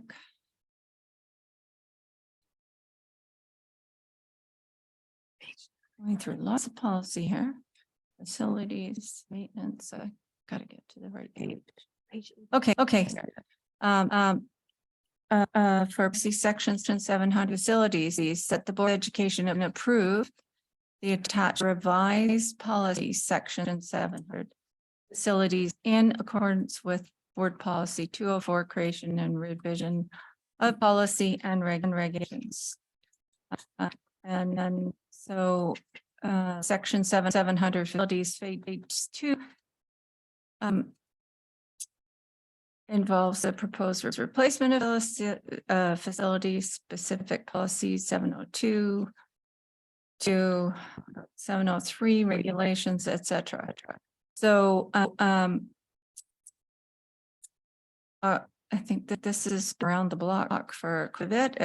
October 2022, it was discussed, and it went out for consultation. Feedback was received from the Teachers Association, and now it is for approval. So I'm moving it. Trustee Sargent, you second. And are there any discussion? Trustee Larson, did you? No. Oh, okay. So I moved, ended by Trustee Sargent. Is there any discussion? Okay, so I will call question. All those in favor? The motion is carried. And deep sigh of relief from Mr. Geyer over there. Thank you. Did a lot of work on section 700. There are minutes of a meeting held January 23rd attached for information. And meeting was also held Monday, February 13th, and the next one is scheduled for April 17th at 11 a.m. And their board committee representative reports. Council Board Liaison Committee. We're still trying to get a meeting together with our mayor and council. And our next meeting date for council board is for Wednesday, April 5th. And we added the BPC AGM and Trustee Sargent. Thank you. Just speak to that. Yeah, I just, as the BCPC rep for Richmond, ST38, I just wanted to update you on the AGM that I attended along with our human sources, Lauren. And spent 2 days of lots of learning, lots of presentations. BCPC, we realized that there were a lot of new trustees, and so they took a lot of time talking about conflict and just the processes of moving forward with BARC, et cetera. Lots of goods as far as bargaining, as far as teachers contract and with our support staff. So really good things happening there. Also, there were several updates to the BCPC bylaws, and they were approved as housekeeping items, adding electronic voting, adding a vice chair term of 3 years. And this was really interesting, moving SD 42 Maple Ridge Pitt Meadows from the Fraser Valley to the Metro Regional grouping, which doesn't really mean anything, but it passed after lots of discussion. And the following resolution was passed, be it resolved that BCC continue work with partners to develop ongoing and systematic supports for recruitment and retention based on regional needs. And lots of discussion about that. And regional meetings will be happening throughout the whole province. BCPCC staff will be attending, and Metro's regional meeting will be in Surrey on March 3rd. And in addition, BCPC did elect 2 new directors, and I'm happy to say I was one of them. I'm very proud to be elected for the Metro region. And then Northern Interior region was Angie Dilly from SD 27. So that's that for now, and I'll keep you posted. Congratulations to you, Trustee Sargent. Sure, you'll work hard for us. Okay. No correspondence. And so we move to in the meeting where we have someone that is leaving us very sadly. Our superintendent Vincent is leaving us to the island and do some great work over there with the Principals and Vice Principals Association. And we are incredibly heartbroken, but we want to get along. I told him I didn't want it, his letter of resignation. But I guess we have. I'm just wondering if trustees at this point would like to share some thoughts about their tenure with Superintendent Robinson. It's okay if you don't want to. I'm fine with that. Trustee Sargent. Okay, I'm not gonna look at you.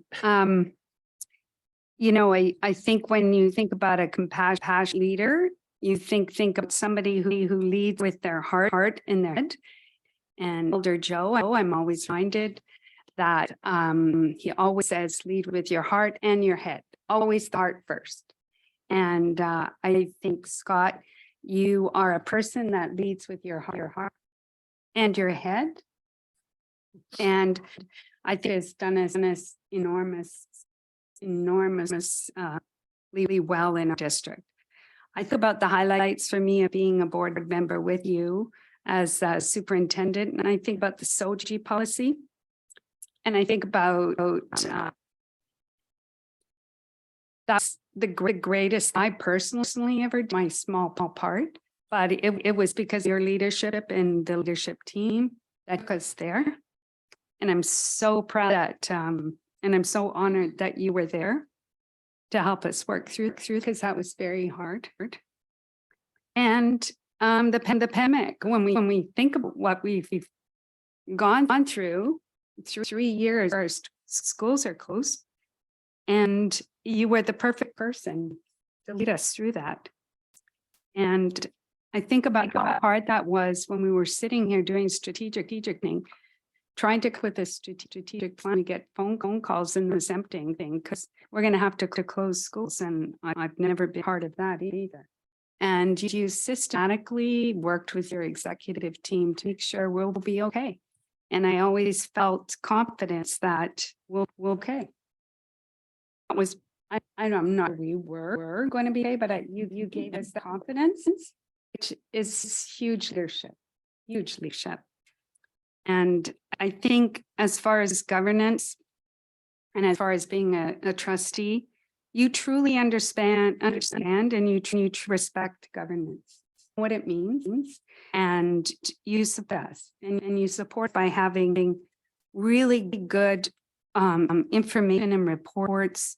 Your transparency with us helps us be transparent with our community. And you are always there for us. You always gave us heads up of when something is happening, such as this week. And I know I have confidence that you will make sure that the one thing that you always do is you stay focused on what's best for our students. And I guess just more things, you built an incredible leadership team, which I think if you're going to have a legacy, that is something that you should do. And you truly care about our district, and you hired the right people to keep us moving. And you develop processes that we will keep going. And so I just wanted to thank you.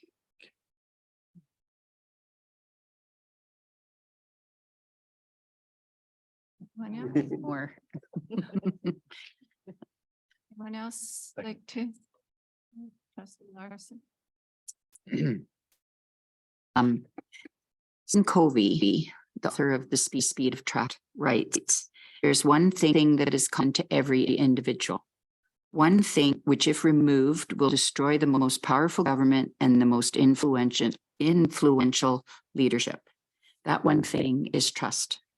Trust impacts 24/7 and 365 days a year. It strengthens, affects the quality of every relationship, communication, every work project, and every effort in which we are engaged. It changes the quality of every present moment and alters the trajectory and outcome of every future moment of ours. I share this because during many years of my career journey, I have never worked with someone that I trust more than Scott. I think it was 2010 when I sat at the desk outside his office on the fourth floor. Both arrived very early in the day, and I got to know. He got to eat because you know what I'm going to eat something. And I start talking. My respect and trust in him began to build then, and has continued to grow to stay. He is the reason I ran as trustee. We are fortunate in this district to experience and feel benefits of Scott's leadership. He has always conducted him with honesty, integrity, wisdom, growth, and loyalty. I say this without a doubt. I am forever grateful.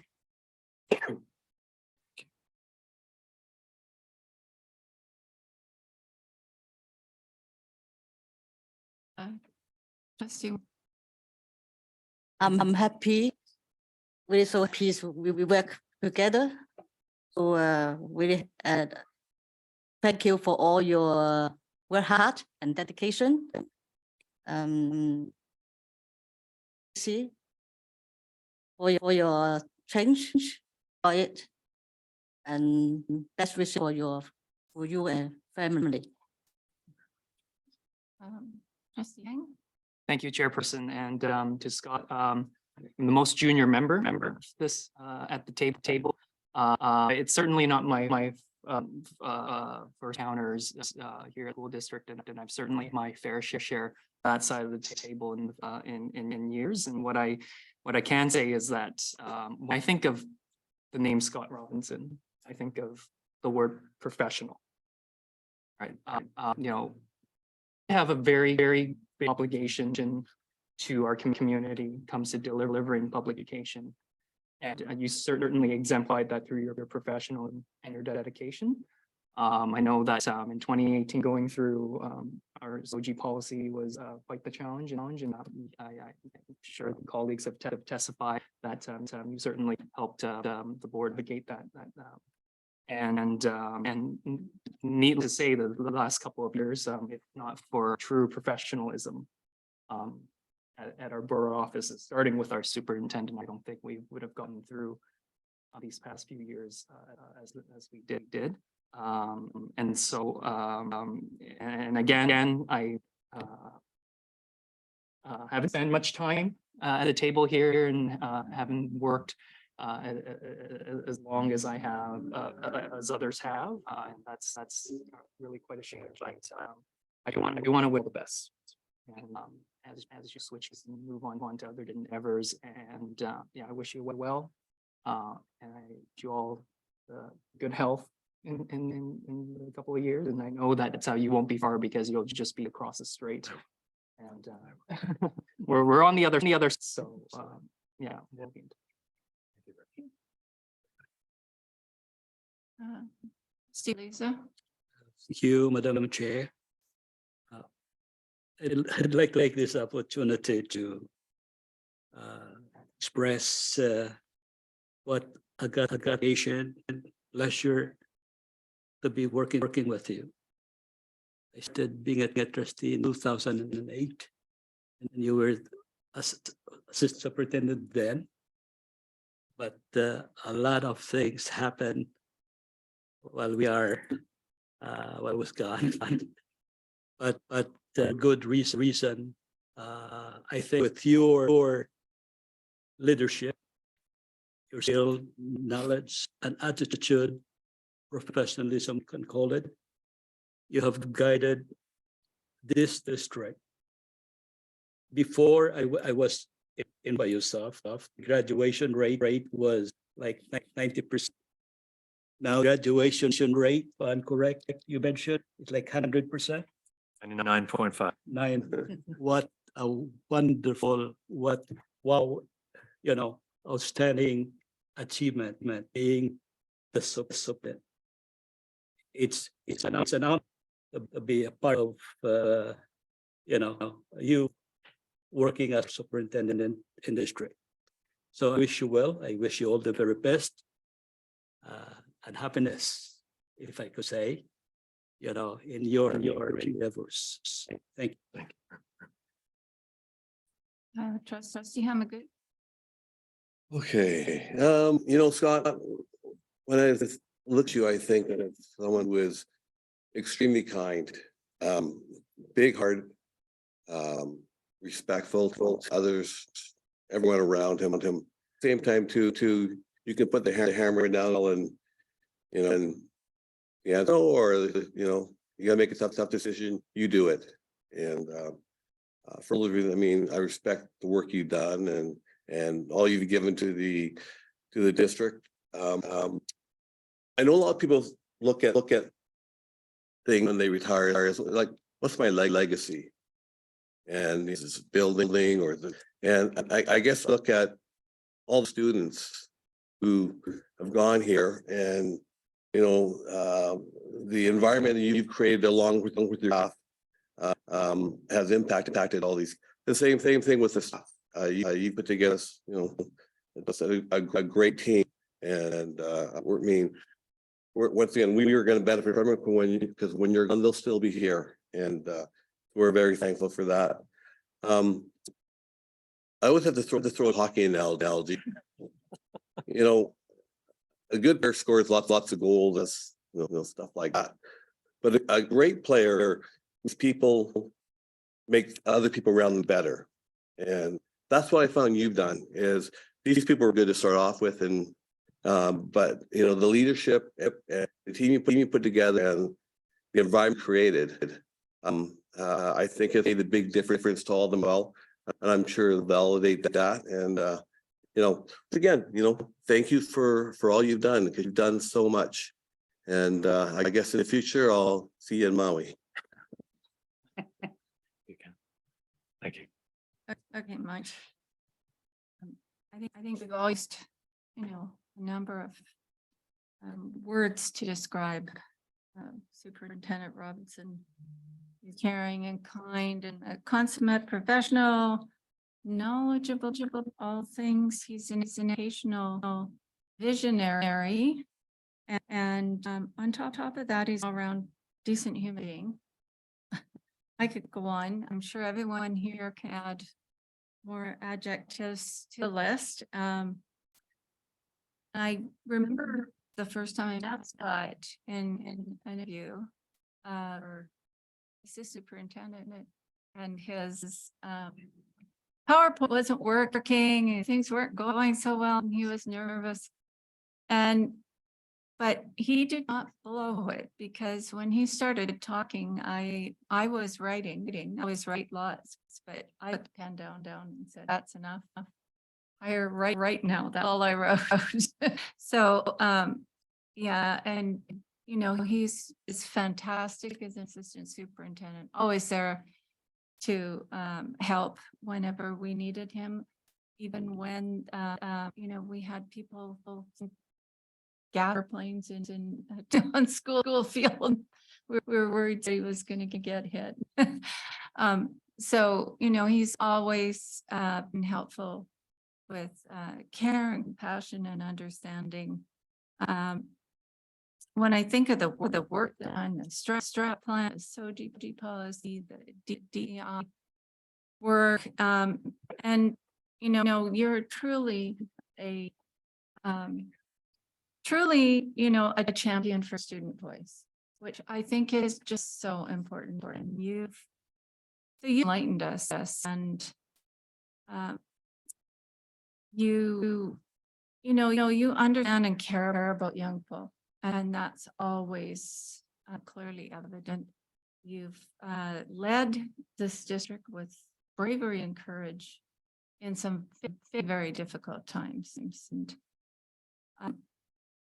you've made a truly a difference and left legacy. And it's just been a pleasure to work with you. I've just learned so much. We all have. And I think everybody in this room and every best district has learned. We're all thankful you spent time with us. And we wish you well. We also wish you well. We wish you, you know, well in everything you do. And the other organization you're moving to is going to benefit on you of this 100% and more. Thank you. Thank you so much. And at this point, we have more. Thank you. I'd like to introduce, we've got 5 guests.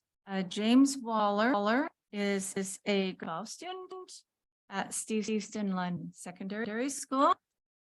And Autumn Jacobson is a grade 11 student at Neil Secondary School. And Autumn Castle is a former rich student, currently a student at UBC, Indigenous teacher education program. And these 3 students are supported by Mrs. Linda Macomb, Indigenous success teacher, and Mrs. Naushina Savory, administrator for equity, inclusion, and Indigenous success. And on behalf of the board and Richmond's Learning Committee, these students are going to present a gift. So you can be on. So Move in. do you want him to come up and Forward and maybe stand in front of the customer. Sorry, we had to- Wait for the back. Just need to get you into the camera and. You can stand. A little bit.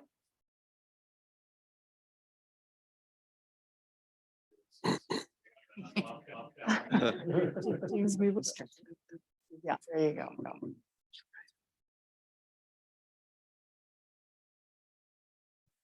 Hi, Autumn, Indigenous Scanning First Nations. My name is Autumn. I'm from Scanning First Nations. I'm Ojibwe.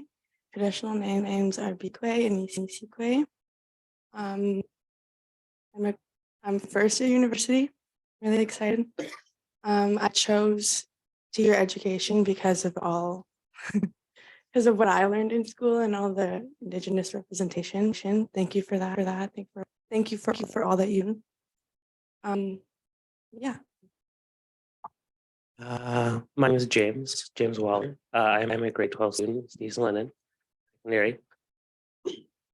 On my mom's side, I am Ojibwe MAT, an indirect relative of Louis Riel. And I just want to thank you as I am kind of following on what's here, going, that's my goal is to be Indigenous educator myself. So yeah. Hi, I'm Autumn Jacobson. I come from Wasawakto, Kwakilis. And a grade 11 student at Neil. My mother is currently trying to go to UBC to become another teacher, a Native Indigenous teacher. And if I don't do mechanics, I will be also taking that course and become a teacher.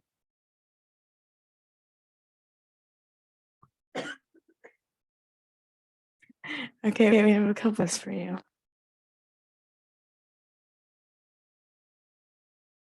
Okay, so this mug, one of the students, he graduated.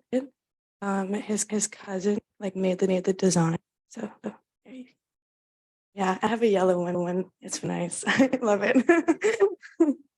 And we have tea for you. It's black currant tea. Yeah, yeah, and the berries are in this too. This that.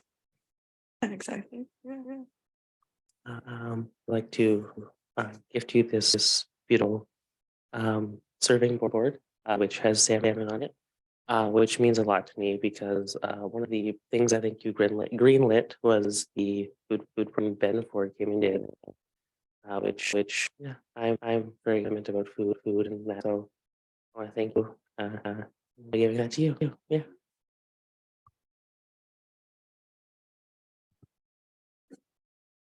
I have this shirt for you. I love Indigenous fashion and I love seeing it out more into the world. And it's beautiful. I really hope you like it. Fashion is another one of my hobbies. I try to design clothing and accessories. I didn't make it, but I think it's really nice. Yeah. And also though this bag, this old lady from Manitoba made it, my hometown. It's made out of like recycled plastic bags, single-use bags. So yeah. No problem. And then we also have one more. We have one more. Okay. Sorry. Just hold it. So I just wanted to acknowledge that we're on Musqueam land, and I think it was made by Lean Sparrow, Deborah Sparrow's daughter. Yeah, they're both from Musqueam. They're both great artists. They're very talented, and yeah. That works.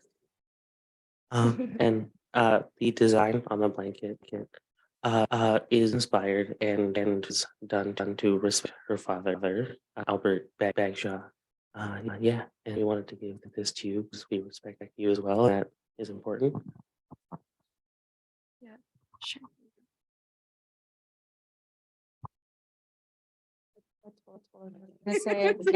I hope you enjoy it. Yeah. There you go. Oh yeah, there were only 12 made, so they're very unique. Yeah.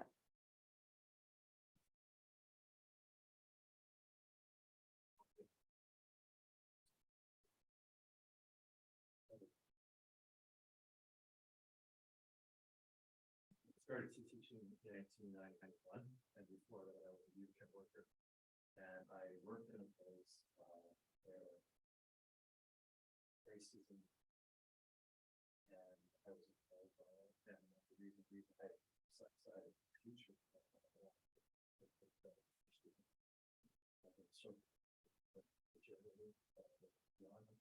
school district, especially the fact that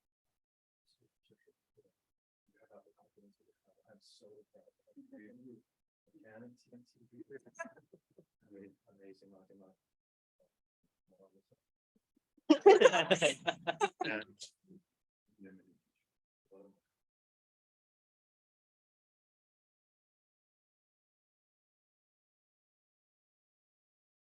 We also have a card. Last.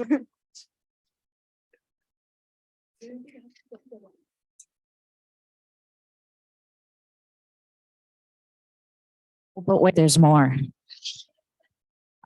And Scott, I want you to know that this was all put together by the trustees who really wanted to honor you in the way that was appropriate. And that is full circle by this from the district, because they are the ones who feel the impact of your leadership. And there was one gift that we want to present to you, because we don't want you to forget this land that you came from and where you put your hard work, your sweat, your tears and the legacy that you're leaving behind. So this is honey from local bees from blueberry blossom. And so as you get to this land and you leave a legacy, that you go across the strait and in your new land, that you think of us, and that this honey will nourish you. And it will build unity, and it will give you health and prosperity always.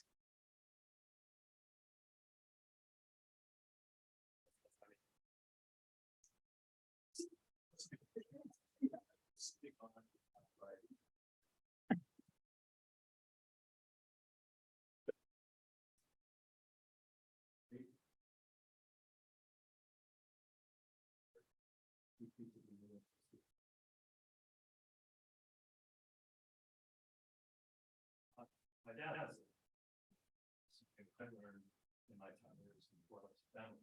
I haven't also paid that gift that I received my time here is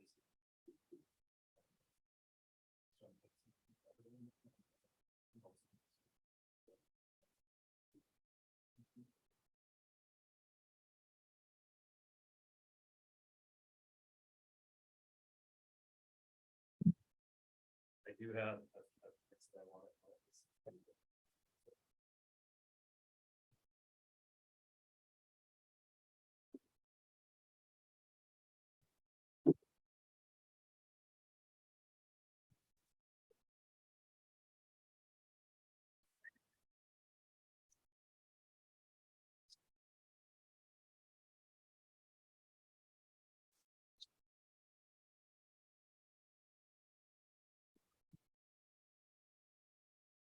Thank you, everybody, for your very kind comments. Again, having the students here means everything. So thank you for that. I started teaching in a private classroom, I guess in 1991. I can tell you that I never imagined I would be sitting here in a superintendent seat. I don't like being the center of attention. So in that way, this job has not been a good fit for me. I tried to lead from behind, and I've tried to other people be out in front, not very successfully sometimes. I want to express my gratitude to the Board of Education, the current board, and to the previous two Richmond boards for hiring me as deputy superintendent, assistant superintendent, and then demonstrating your commitment by appointing me as superintendent of schools. I have to say that it's highlighted my career. And a privilege to work alongside the board and the senior team to provide leadership here the past 5 years. I believe that the tone and the organizational culture of any school district flows from the top, and the boards of education in Richmond have consistently set a tone of constant respect, civility, and inclusion. And that's certainly been the case long before I became a part of this district in 2011. And it's been an honor to work alongside every one of you. In our interviews for school administrator and senior education positions, we often ask candidates what the worst job was and why. And as you can imagine, it elicits some really interesting responses. And I'm always fascinated by what people choose to share with us.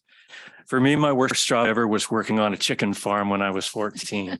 I did shoveling, and I dealt with a lot of bells, and I made $2.85 an hour. I think the best part of that is it set the bar pretty low for me, measuring all future jobs, and it's made every other job I've had feel pretty good in comparison, even on the bad days. We also ask what people's favorite jobs have been for their entire career. And it always me stop and think, how would I answer that question? If I'm honest, apart from a few bad days here and there, I loved every one of my jobs in public education. I love being a youth support worker. I love teaching. I love the work with students and adults as a principal. And despite some of the challenges along the way, I've loved every day of my senior district roles. When I tell people what I do for a living, the typical response is to look at me like I'm crazy and to ask why in God's name would you want this job? And my answer is always the same. Because I know the work we do, public education matters. Makes fundamental difference to kids. And that makes a fundamental difference to society and to the future. And what other occupation can say that? Whether we work in the district or parents, caregivers, the influence we have collectively over the life chances of our kids is enormous and it's unparalleled. And I've been grateful to have been given that opportunity to be a part of that for the last 32 years. I want to acknowledge our stakeholders, some of whom are in the room today.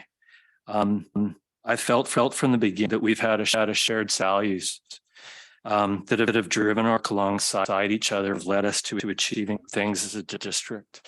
We may not always agree on the path to get there, but what we always agree on is that we need to do the best thing, the right thing for kids.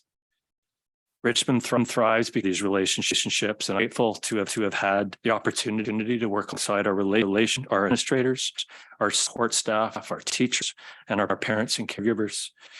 Respect and collaboration doesn't exist in every school district, I can tell you, and we should be proud of it here. Finally, thank the senior team. Any praise I receive this evening should be shared with people I've had the great fortune of working alongside today. These past 5 years, we have lived through some unbelievably challenging days together, but we survived and thrived as a team.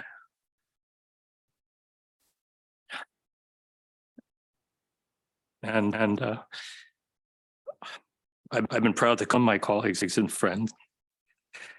Chairperson Tablotny, trustees, thank you for your trust in me. I'll miss our work together, but I leave this role knowing the district is in very good hands. Thank you, everybody.